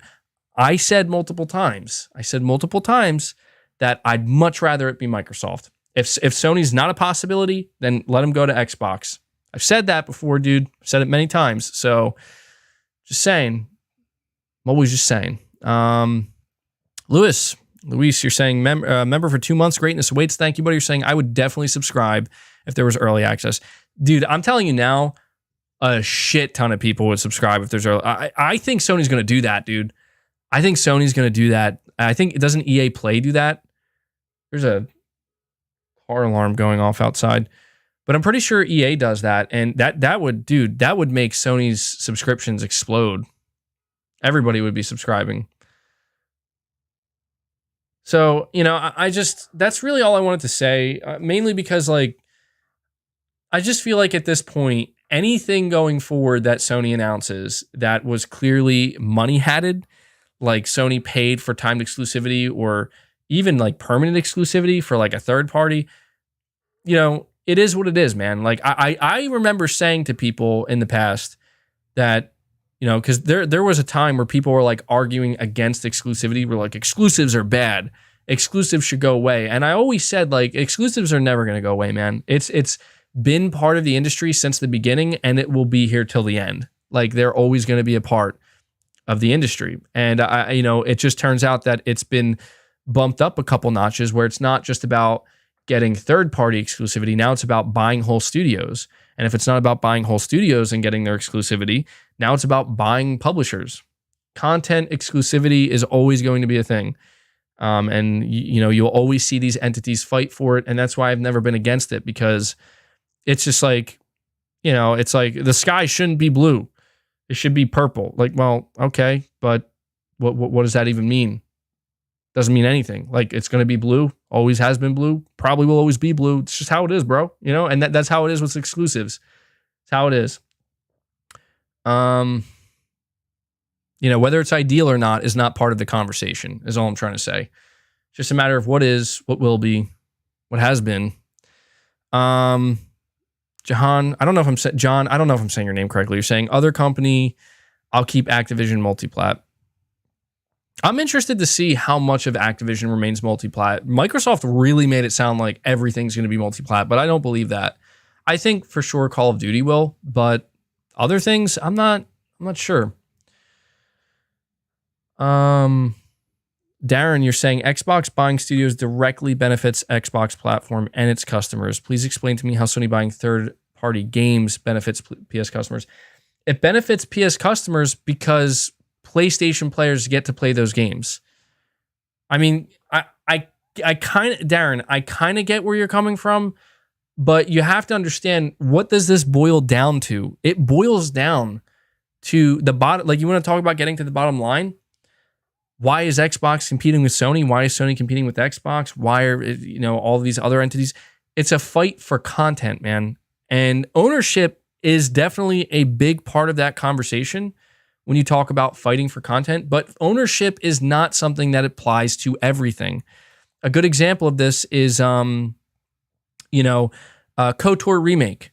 KOTOR Remake, Sony doesn't own Star Wars. They don't own the studio that's making it. But what they will get is, hey, if you own a PS5 and you like Star Wars and you maybe played KOTOR back in the day, or even if you didn't, you get this. Not on Xbox, you get this here. All right? If you decide to go buy an Xbox, you will not get this game when it launches, and probably for the next year or the next 2 years. Maybe never, depending on how far the deal goes. So I'm just saying that, like, keep in mind, Darren, I'm not saying that what Xbox is doing is bad. Okay, I'm not saying that Xbox buying a publisher and saying, like Bethesda, and saying all their games are exclusive. Like, yes, that definitely benefits Xbox and the Xbox player base. Why do you think Xbox fans get so hype, dude? Like, yes, like this is gonna be great. And why not every Xbox fan, but a lot of Xbox fans were feeling just a little bit deflated when Microsoft had to explicitly come out and be like, yeah, guys, Activision's going to be multi-platform, or Call of Duty's going to be multi-platform. A lot of them were excited because they're like, yes, like this is Xbox now, baby. Like it benefits there is value there. That's what it is. Like, I hate to say this, but it's the truth. And I know what people are going to say. I know how people are going to argue this against me. They're going to say you're wrong, but really think about it. I'm not here to argue I just feel like trying to argue what's the word I'm looking for? My brain's really stopping at this point because I've been talking for so long. The ethics. Arguing the ethics at this point is pointless. It's fruitless. There's no reason to talk about, is it ethical for Microsoft to buy them or do this? Is it ethical for Sony? It doesn't matter. That shit's all out the window now. It's been out the window for a while. It's no longer about the ethics. So when I tell you that you better believe Sony sees a value just like Microsoft does in, if we can get this and only put it in our garden and make sure nobody else gets it, that benefits us. Why do you think that benefits them? It benefits them because people will go to that. People will choose PlayStation's garden over the others. Like, it's just simple stuff, man. It's how it's always been, you know? And I will say this. I know a lot of PlayStation fans, and maybe even myself at one point in time, were condemning Xbox because they're like, look at what you're doing, Xbox. You're just, I think I just broke something on my chair. Shit. What the hell was that? No, I didn't break it. It just locked. It was unlocked. Got scared for a second there. I was like, this is a brand new chair. How did I break it? But I just wanted to say, every time I'm getting ready to go on a tear here. I understand that there are a lot of PlayStation fans, and even at one point in time, maybe I said, where it's like, Xbox shouldn't be doing this. They're ruining the industry. They're buying everybody. They should. It doesn't. It's over. The ethics, the ethical conversation. It doesn't matter, man. All that matters is exclusivity is here to stay. It's not going anywhere. Even when eventually, if consoles go away and there are no more consoles, you still think there aren't going to be exclusives? There will always be exclusives. There will always be exclusives, man. And that's why at this point, I'm just simply saying, I don't care anymore to have the conversation about what's fair, what's not, what should or shouldn't be off limits. It doesn't matter. It doesn't matter. All that matters is that it's going to happen. And if you have a preferred platform, I don't blame Xbox fans for being like, I hope Microsoft buys them, or I hope Microsoft buys this, because if that's where you play and you don't want to go play anywhere else, I get it. I'm the same way. I play on PlayStation. I have no desire to go play anywhere else. So that's why I'm going to be like, yo, I hope Sony, if they're going to announce a game or whatever, it's not that I hope, but it's like, if it goes exclusive to PlayStation, like Street Fighter 6, I'm not going to shed a tear, bro. Like, I don't give a shit if Xbox people can't play Street Fighter 6. I'm not playing Street Fighter 6, but I don't give a shit. Because you know what I'm going to say? Well, better it's on PlayStation than not. That's what I'm going to say. And that's why I've always said that, dude, like, I fear the next, I don't know when it's ever going to happen. But I fear whatever the next major acquisition from Microsoft is, because I got lucky, dude. You buy Bethesda, lucky me. I never really cared about Bethesda games, never actually really played them, except for The Evil Within. Take them. No skin off my sack, Activision, even worse. Well, to be fair, I did play the most recent Tony Hawk remaster, so there's that. And I used to be in the Call of Duty. I'm not anymore. So I guess I got lucky. It's like, all right, take Call of Duty. I don't care, man. Like, that's your thing now. If it stays multiplat, it stays multiplat. Cool. But this is just how it is, man. If Microsoft gets like Capcom in the future, if they get like, Square Enix, well, they probably won't. But if they get like maybe Ubisoft, or everybody's like, oh, Take-Two, not going to happen. But just somebody that I care about, then I'm going to be like, shit. Like, now I'm going to have to go over there and play that. But do you think that they care? They don't care. That's what they want. That's what they want, dude. This is why I've always tried to tell people, if you are falling for Microsoft's kumbaya bullshit about like, well, when we're all going to play together here, we're the good guys. No, you're not. You are a $1 trillion corporation and you want to rule. We all know this. Sony wants to do the same thing. Nintendo wants to do this. They want your money. They want you as their customer, not the opposition's customer, not the competition's customer. They want you as the customer. This is where I get so fed up with people. They get so locked into these conversations about like, well, what's right, what's not. It's not about what's right, what's not. It's about what is. What is these companies want your money and they want you as a customer and they will do what they have to do. It's why Spider-Man's exclusive to Sony. It's why Microsoft said we need an exclusive Indiana Jones game for some reason. It's why Sony got Wolverine. It's why Microsoft is like, we need Call of Duty. Well, let me tell you this. I'm going to give you the kicker right now. If Microsoft could find a way to mitigate the financial damage that could be done by making Call of Duty exclusive, and if they could find a way to make Call of Duty exclusive without getting, eyes on them for like, whoa, you're not allowed to do that. We're not going to let you get Activision. If they could do that, you think they wouldn't? This is where I'm saying, bro, like people treat Phil Spencer, they treat Microsoft like, oh my God, he's so kind. He's letting us keep Call of Duty. Dude, he doesn't give a shit that they have to. They don't have a choice. If they could take Call of Duty and make that exclusive to Xbox and Xbox Game Pass, you better bet your bottom dollar they would do it in a heartbeat, just like Sony would, just like Nintendo would, just like any other corporation or platform holder would. That's all I'm saying, man. That's all I'm saying. So, I'm going on this tangent because I don't know. You see so much, like people get on my case. They're like, dude, you come off hypocritical. And you're right. The reason why I come off hypocritical at times is because I spend too much time waiting in these meaningless, pointless conversations that people have about what should be and what shouldn't be. When in reality, none of that matters. What matters is what is and what's likely going to happen. And I can tell you right now, what is exclusivity, not going anywhere. Consolidation, not going to stop. What's likely going to happen? More and more people are going to get bought up. More and more studios are going to get bought up. More and more IP are going to get bought up. And more of it's going to continue to be exclusive. I will say, I also want to say this. Do you really think, really think about this for a second, guys. You really think Jim Ryan and Herman Hulst, well, mainly Jim Ryan, you think they're smiling with a shit-eating grin like, we just got Bungie and they're multi-platform? You really think that that's what they wanted?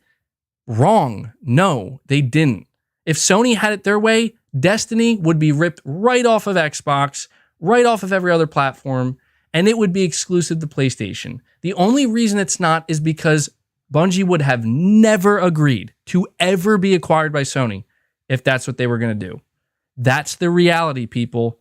Just all I'm trying to say is don't fall for the nice guy bullshit. I know it's easy to do it when it benefits you, when it's convenient. I do it too. But we have to keep shit straight here, and we need to see it for what it is. The reason why Sony bought Bungie was because they want expertise. I'm gonna simplify it even further. The reason why Sony bought Bungie is because they don't want to fuck up their live service games. They don't want to fuck them up. So like, we need to find a way to pay to make sure we get this done right. It's like the difference between like your toilet explodes or some shit, or maybe it doesn't explode. That's a little bit dramatic. Your toilet breaks, right? Or maybe you just you have a room where you want to install a toilet. Maybe it's not even a bathroom, it's just a room, and you're like, you know what, this room needs a toilet for one reason or another. And it's the difference between, you could do it yourself. Like, you could try to be a plumber and figure out how you're going to install this toilet. You have no experience whatsoever, and you've seen other people try to do it, didn't go well for them. Or you could hire a plumber to do it. And you could also maybe hire one of the best plumbers. And that's what Sony did. Although they didn't hire them, they bought them, And that's kind of how I see it, man. This is where I just, I can't, I know that people are like, oh, well, maybe Sony, the reason why Sony's doing the reason why Sony's letting Bungie stay multi-platform is because if they do that, maybe Xbox will keep going multi-platform. That's not how this works, guys. You all know this. You know that that's not why. So I don't know. To be honest, I don't know exactly what I'm trying to say with this. I guess I'm just trying to dig through past all the, the rhetoric and just kind of get down to the truth of the matter and what I think people should be focused on when they're talking about this stuff. And I just think at this point, the biggest thing we can focus on is that it's not, it's going to keep happening. And, I know people want to get on my case because they're like, dude, you're talking about Sony buying a publisher, but didn't you say that Sony shouldn't? And I'm like, yeah, at one point I said Sony shouldn't buy a publisher because I thought that if I take that stance, like, well, we're the good guys, that doesn't mean shit. Of course I want Sony to buy a publisher. Of course I want Sony to buy a publisher, because how would that not benefit me? Do you see what I'm saying? Like, I'm not going to sit here and pretend that I care. And I see people do this all the time where they're like, it makes no sense. It makes no sense. I see people all the time where they're like, well, I, as a PlayStation fan, do not want to see Sony buy a publisher and make their games exclusive to PlayStation. So let me get this straight. You don't want that to happen, even though you prefer to play on PlayStation. That's your place to play. But you're just okay if other people do it and they are doing it? Do you see what I'm saying? Everybody wants to try to play the good guy, to play the, well, I'm self-righteous. I don't, okay, that's fine. You do that. But when you see, if Sony were, I'll tell you right now, if Sony were to do that, we wouldn't have shit to play. We wouldn't have shit to play, bro. And that's just the reality. We wouldn't have Spider-Man. We wouldn't have Wolverine, Star Wars, KOTOR. Sony would just be like, you know what? Why do we even need to keep these games exclusive to the console? Let's just throw them out there. It's not how things work, man. It's not. But yeah, my son's raging out there. He's like, shut up. You're talking too long.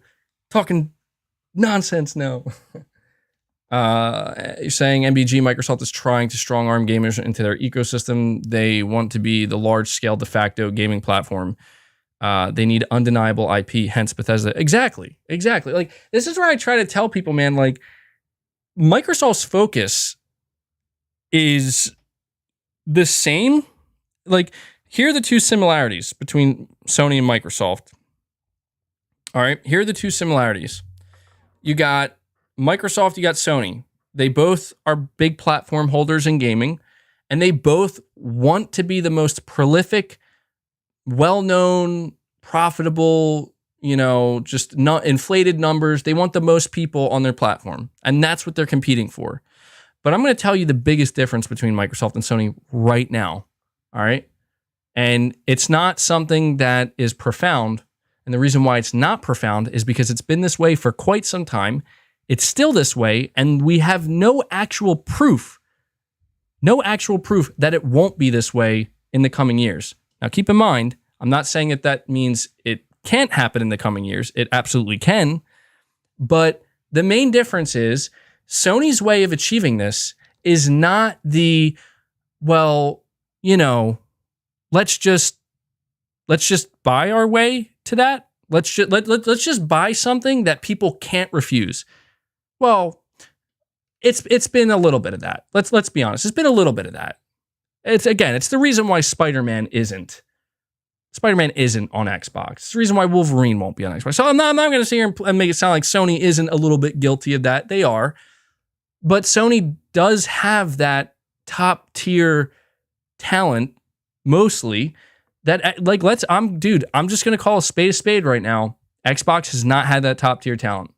And if there's any reason, the biggest reason why Microsoft probably bought Bethesda and Activision, like you said, like they want to be the de facto, they had to buy that talent, man, because they tried to do shit on their own and it just wasn't working, man. I don't blame Xbox for doing it. But that's just that's what Microsoft had to do, and we're gonna see if that pays off for them. The biggest defense, not defense, but like I guess you could say the biggest protection that Xbox truly has created for themselves truly is the safety net of Game Pass. Because dude, when I tell you, and I'm not trying to be a dick, it's just the truth, man. And it's why I just still don't support Xbox yet. Maybe I will in the future. This is just the truth. And I'm not trying to be a dick, but it's just when you have Game Pass as a safety net, talent does not and keep, pay attention to the word that I'm about to emphasize. Pay attention to the word I'm about to emphasize. Talent does not need to be the priority.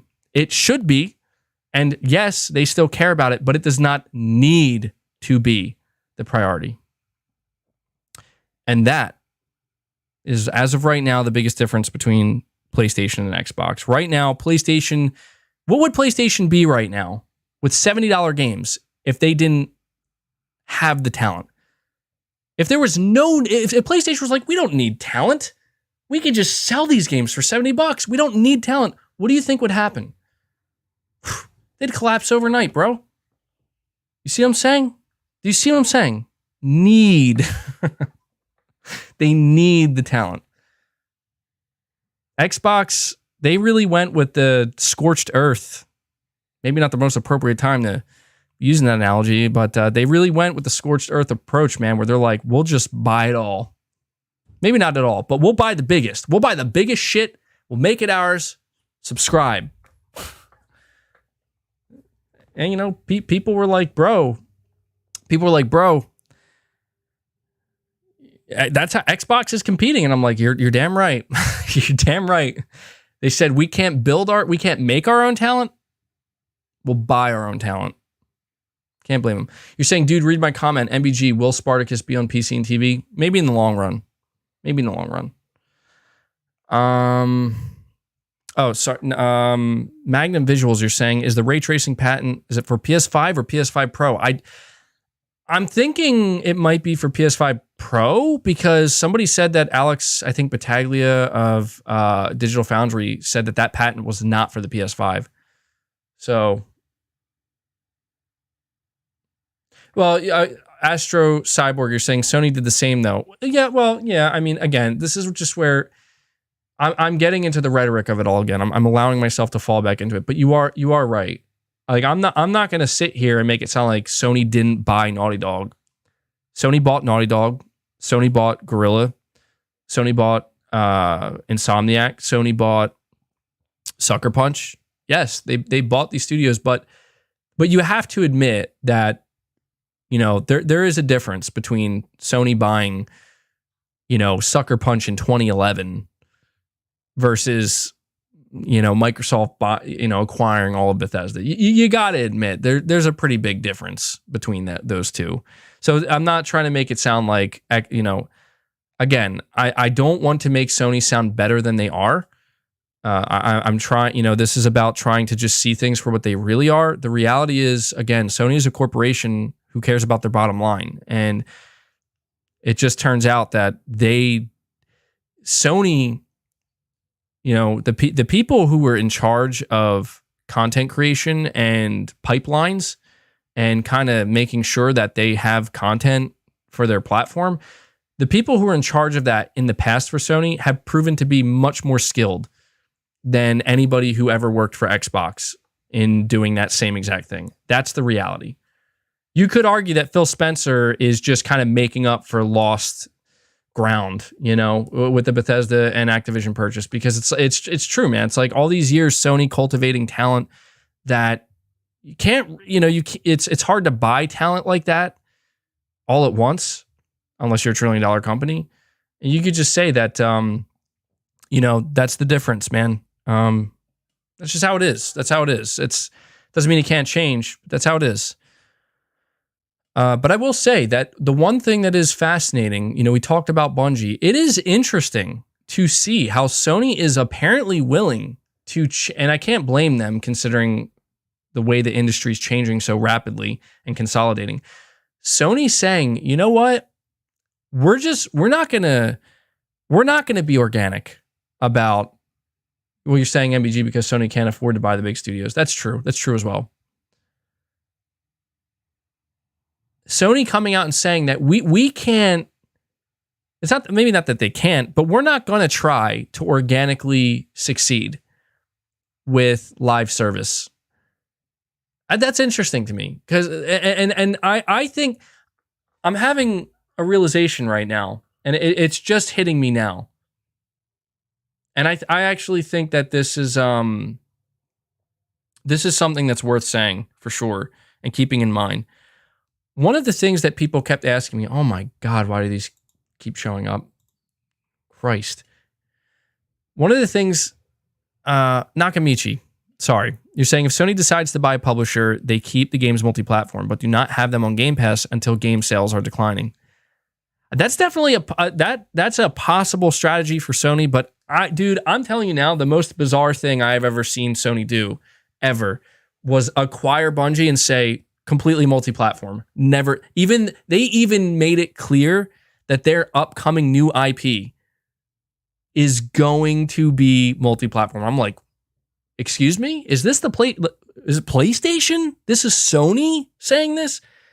That was the most bizarre shit I ever saw. And I think to me, it was so obvious that Sony had to take the knee, man. They had to bend the knee and bow down to Bungie and say, whatever you say, we want to buy you and we want your talent. And and Bungie was like, all right, but we're never, and things could change. I don't know to what extent. I'm not, but the one thing I wanted to say that I think is really important to point out, and this is probably the last thing I'll say because honestly, I'm really just rambling at this point. We've went over all the topics. One of the things that people kept asking me, and they still do ask me frequently, about Sony deciding that, you know what, we're 10 live service games by 2026. We're going all in with multiplayer. We're going all in with live service. A lot of people keep saying, does this mean that Sony is going to care less about their single player games? Potentially. Are their single player story driven narrative AAA games, are they going to suffer? Are they going to no longer be the priority? And I want to say that if there's one thing Sony acquiring Bungie reveals, is that absolutely not. And I realize this now. I mean, I was saying that Sony wouldn't do that, but now more than ever, I realize Sony deciding that they're not going to take their own studios and say, trial by fire, go learn how to make a successful live service game. And if it fails, it fails. And if you mess up, you mess up. If it damages your studio, it damages your studio. Sony was like, we're not doing that. We're not doing that because they want to preserve these studios and allow them to kind of do their thing, right? To continue to make these single player games, to continue to focus on the quality. They don't want their own studios to have to necessarily worry entirely about, well, we just made Horizon Forbidden West. How do we make a successful live service game now? You know what I'm saying? Or maybe, well, to be fair, Guerrilla has multiplayer roots, so they'd probably be better at it. But you take somebody like, Sucker Punch. It's like, go make a live service Ghost of Tsushima multiplayer game. Well, actually, then again, they did a pretty damn good job with Legends. So maybe another bad example. I mean, Naughty Dog, I guess, is a good one where it's like, hey, Naughty Dog, you don't make multiplayer games, really. You certainly have never made a live service game. Go make us an extremely successful live service game based off The Last of Us. I mean, that's a pretty big ask, man. And so having Kevin Reeves, you're saying Destruction All-Stars did that. Yeah, dude, exactly. If anything, Destruction All-Stars was another example of like Sony being like, we might need more backup on this one, you know? Because I think Sony's executives, when they saw Destruction All-Stars, I can tell you right now, Herman Hulst, Jim Ryan, whoever else, they saw Destruction All-Stars, are like, yes, this is the next big hit, baby. We got it. And you know how you know? They were going to charge $70, bro. Like, how you got to be in some delusional state of mind in a bubble thinking that you can charge $70 for Destruction All-Stars. And they realized real quick, because no one was buying it or no one was pre-ordering it, that, you know what? Maybe this isn't going to be that successful. And they ended up putting it out on PlayStation Plus, which saved it temporarily. And now it's like $20. And I think it's going to go free to play at some point. And it wasn't a success, dude. It wasn't. It was a failure. And like, I think if anything, that also kind of made Sony realize, damn, maybe this is a lot harder than we expected. So we gotta do our thing. Well, not their thing. We have to do the opposite of our thing, which is we're gonna go buy Bungie now. And yeah, I don't know, man. I don't know. The final thing I'll say, because guys, in case you can't tell, I've been talking for 3 hours and 50 minutes straight, and I am, when you talk for this long, you start to enter a different state. Like, you start to become a little bit delirious, and I'm becoming a little bit delirious, which tells me I'm going to have to end the show very soon. But before I do, I just want to say that I am very interested to know, and I know I've said it before, but I'm just going to keep saying it till we find out. I'm very interested to know what Sony decides to do next in terms of acquisition, because after them acquiring Bungie, it's exactly 47. There you go. Predator Hunting Grounds also flopped. You're right. I think Sony was like trying in these like low key ways to find the next big hit. And I think they realized that was their trial by fire with partner studios. Ironically, not their first party, but partner studios. They realized this shit's hard. This shit is not easy.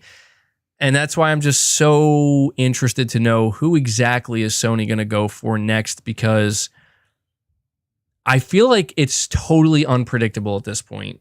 I feel like it is completely and entirely unpredictable as to who Sony could go after next. And the biggest question I have, I talked about the reality is exclusives are here to stay, exclusive content. It's always going to be here. I believe that. The big question I have is how much does that apply to Sony's future acquisitions? Is that applicable to Sony's future acquisitions? I'm not sure. I'm not so sure. That I'm not sure of. So, yeah. Anyway, guys, I think that's going to do it for episode 98 of Press X Podcast. Also, I want to ask this question before you guys head out. Well, first of all, before you head out, please hit the like button for me. We're almost at 750 likes. Can we do it? Group effort here. Can we get to 800 likes before this ends? I think we could if everybody chips in. Hit the like button. I just wanted to ask, the closing question I'll ask is, now that Elden Ring is out and Elden Ring got a 97 on Metacritic, would you want, I don't think it's going to happen, and I know people tell me it's never going to happen, but would you want Sony to acquire From Software? More so now than before. Like, would you like to see that, or is that something you just think, nah, it's not your thing, or Sony should just leave them alone? Somebody says yes. No. They can, it's a good fit. A lot of people saying no, not going to happen. I would really like to hear from somebody knowledgeable, not right now, but maybe in my comments, or just somebody who knows, like the very well informed. Because I see a lot of people say, oh, Sony could definitely acquire From Software and Katakawa. And then I see other people say, no. Like, that's not, like, the chances of that, like, no. And I still am kind of confused with the whole situation. So I would just like to really kind of get to the nitty gritty of that and find out. Because a lot of people tell me, like, dude, stop talking about it. Like, it's not going to happen. And I want to know, like, is it true? Is it true that it literally is just never going to happen and I should just stop talking about it? Because I'll gladly stop talking about it. Um, but yeah, I'm gonna go play some Elden Ring in a little bit. I enjoyed this though. I enjoyed this. I'm drained though, man. Like my voice is going. I talked for too long. What do I expect in March? Dude, like I said, I don't know what's going to happen in the world. You know, I don't want to be a doomer. I don't want to be a doomer, but things ain't looking so good out there. Things ain't looking so good out there. And so, because we don't know what tomorrow holds. My cat so hard, dude. Sorry, buddy. Psst. He wants to join the stream before I end it. Come on. Come on. Come up. You can come up. Come on. There we go. All right. Here's Boss. Boss is back.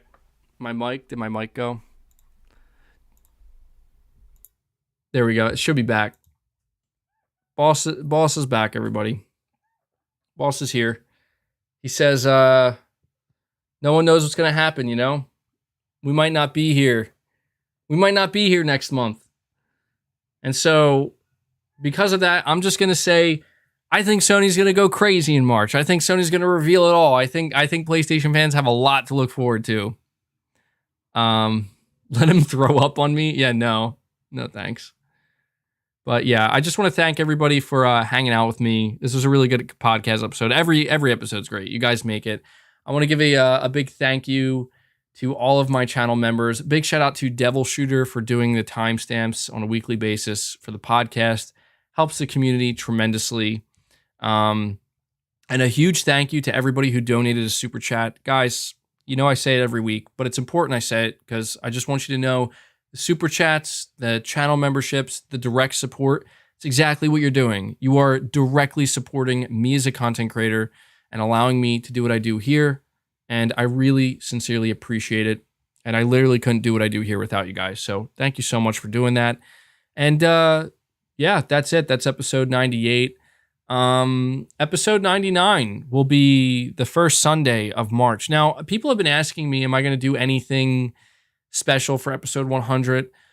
As of right now, guys, I don't have any plans. But you know, it's a huge milestone when we get there, and we'll be there in just 2 weeks. And the second Sunday of March will be the 100th episode of Press X Podcast. Now, we're talking about Sony doing an event and stuff. I'm just saying, if Sony happens to do something big and it happens to line up with the 100th episode of my podcast, how cool would that be? That would be very cool. So, but yeah, 100th episode, pretty crazy. Almost there. All right, guys, that's going to do it. I'm going to go get something to eat and enjoy the rest of my Sunday. And I hope you guys enjoy the rest of your Sunday as well. And thanks again for hanging out with me. Episode 98 in the books. Until next time, guys, me and Boss say, take care.